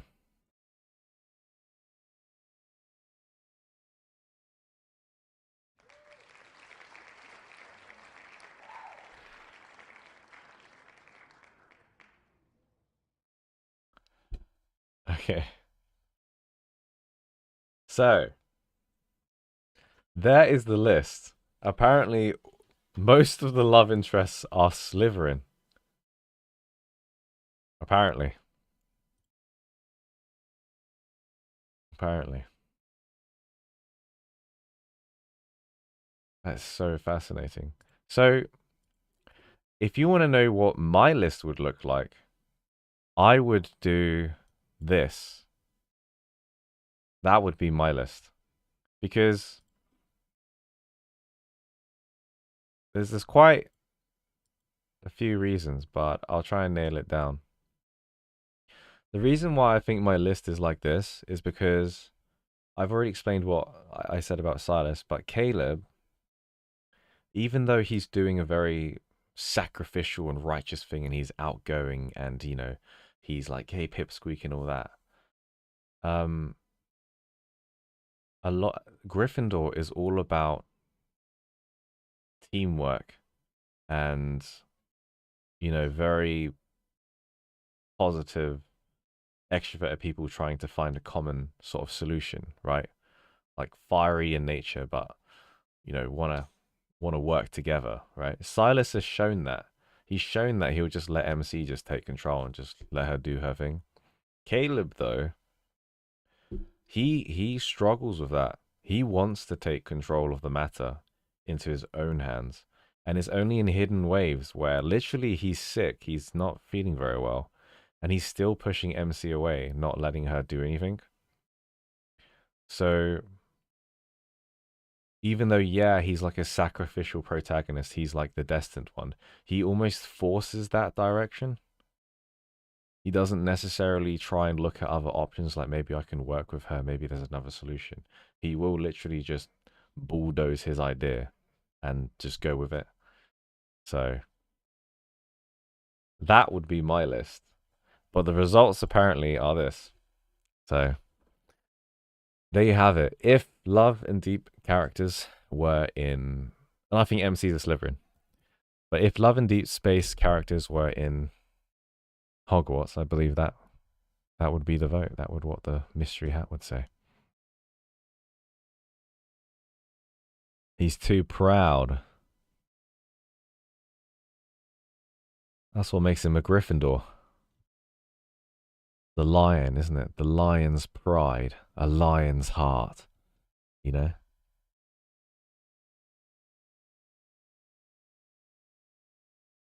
It's kind of like what I'm trying to mean is like the willingness to allow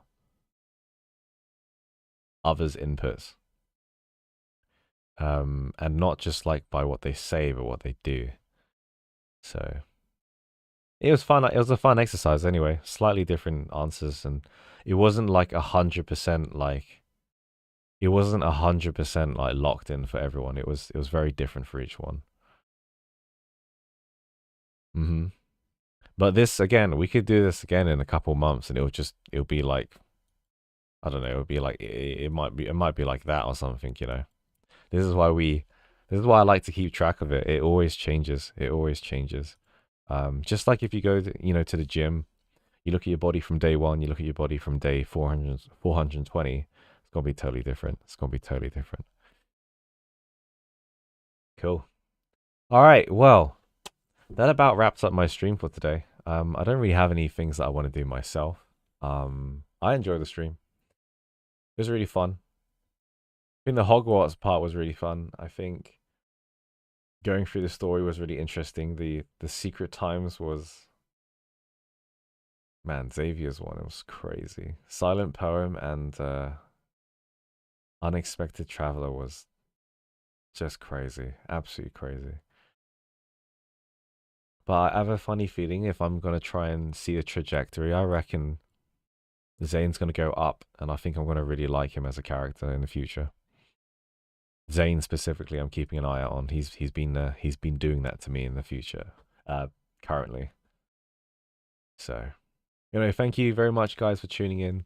Appreciate it. If you guys haven't already, join the Discord. We play Final Fantasy 14. We play Love and Deep Space. If you guys are a new viewer, these are the games that we cover right now. In the future, I would love to cover Baldur's Gate 3. I would love to cover Elden Ring. These games are games that have piqued my interest, and I have dabbled into before in the past. Specifically Baldur's Gate 3. But yeah, don't be shy. The Discord. If you like the chat is always open 24/7 on the Discord. And maybe, hey, you'll be able to speak to me or the others one-to-one. You can introduce yourself because we've got an introduction page right now. So appreciate the mods for that. Thank you so much. Have a good one. Cheers. Bye-bye. Bye. Oh, I need to raid. Actually, I need a raid. So I'm gonna do this. But we need a raid. So, let me just find someone to raid, okay? Find Love in Deep Space. Wait, don't go. Let me raid. I order thee. Wow, no one is streaming English and Russian? Okay. Wait, let me... Okay. Okay, fine. Fine. If there's a... I'm gonna just send you to a Final Fantasy 14 stream, okay? Let me find one. Or whoever's left, that's fine. But I'm gonna try. I need to make this a habit, so I'm doing my best. Okay, guys, I'm doing it. I'm such a boomer. How do I look at Final Fantasy 14? Shit. Categories, here we go. Cozy Proggies. Shenpai. Ponto. Okay, let's go for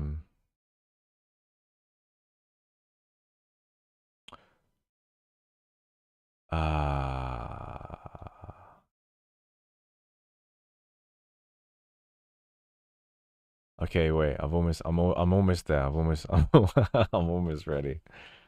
I'll send you somewhere. Trust me.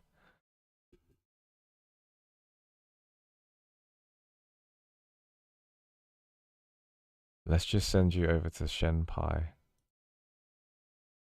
No. Yeah, this one. Let's do this one. Alright, here we go. First time, by the way. Let's raid.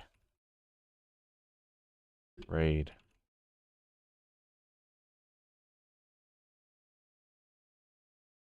Alright, guys. We're gonna raid Shenpai. You ready? Oh, yeah. It was fun. It was fun whilst it lasted, but today we will raid. I'm not sure what they're doing, but it looks kind of interesting. Orchestrion farming. Alright. Alright, guys. See you around. Enjoy the wonderful Final Fantasy 14 stream, and I'll see you on Discord. Bye-bye.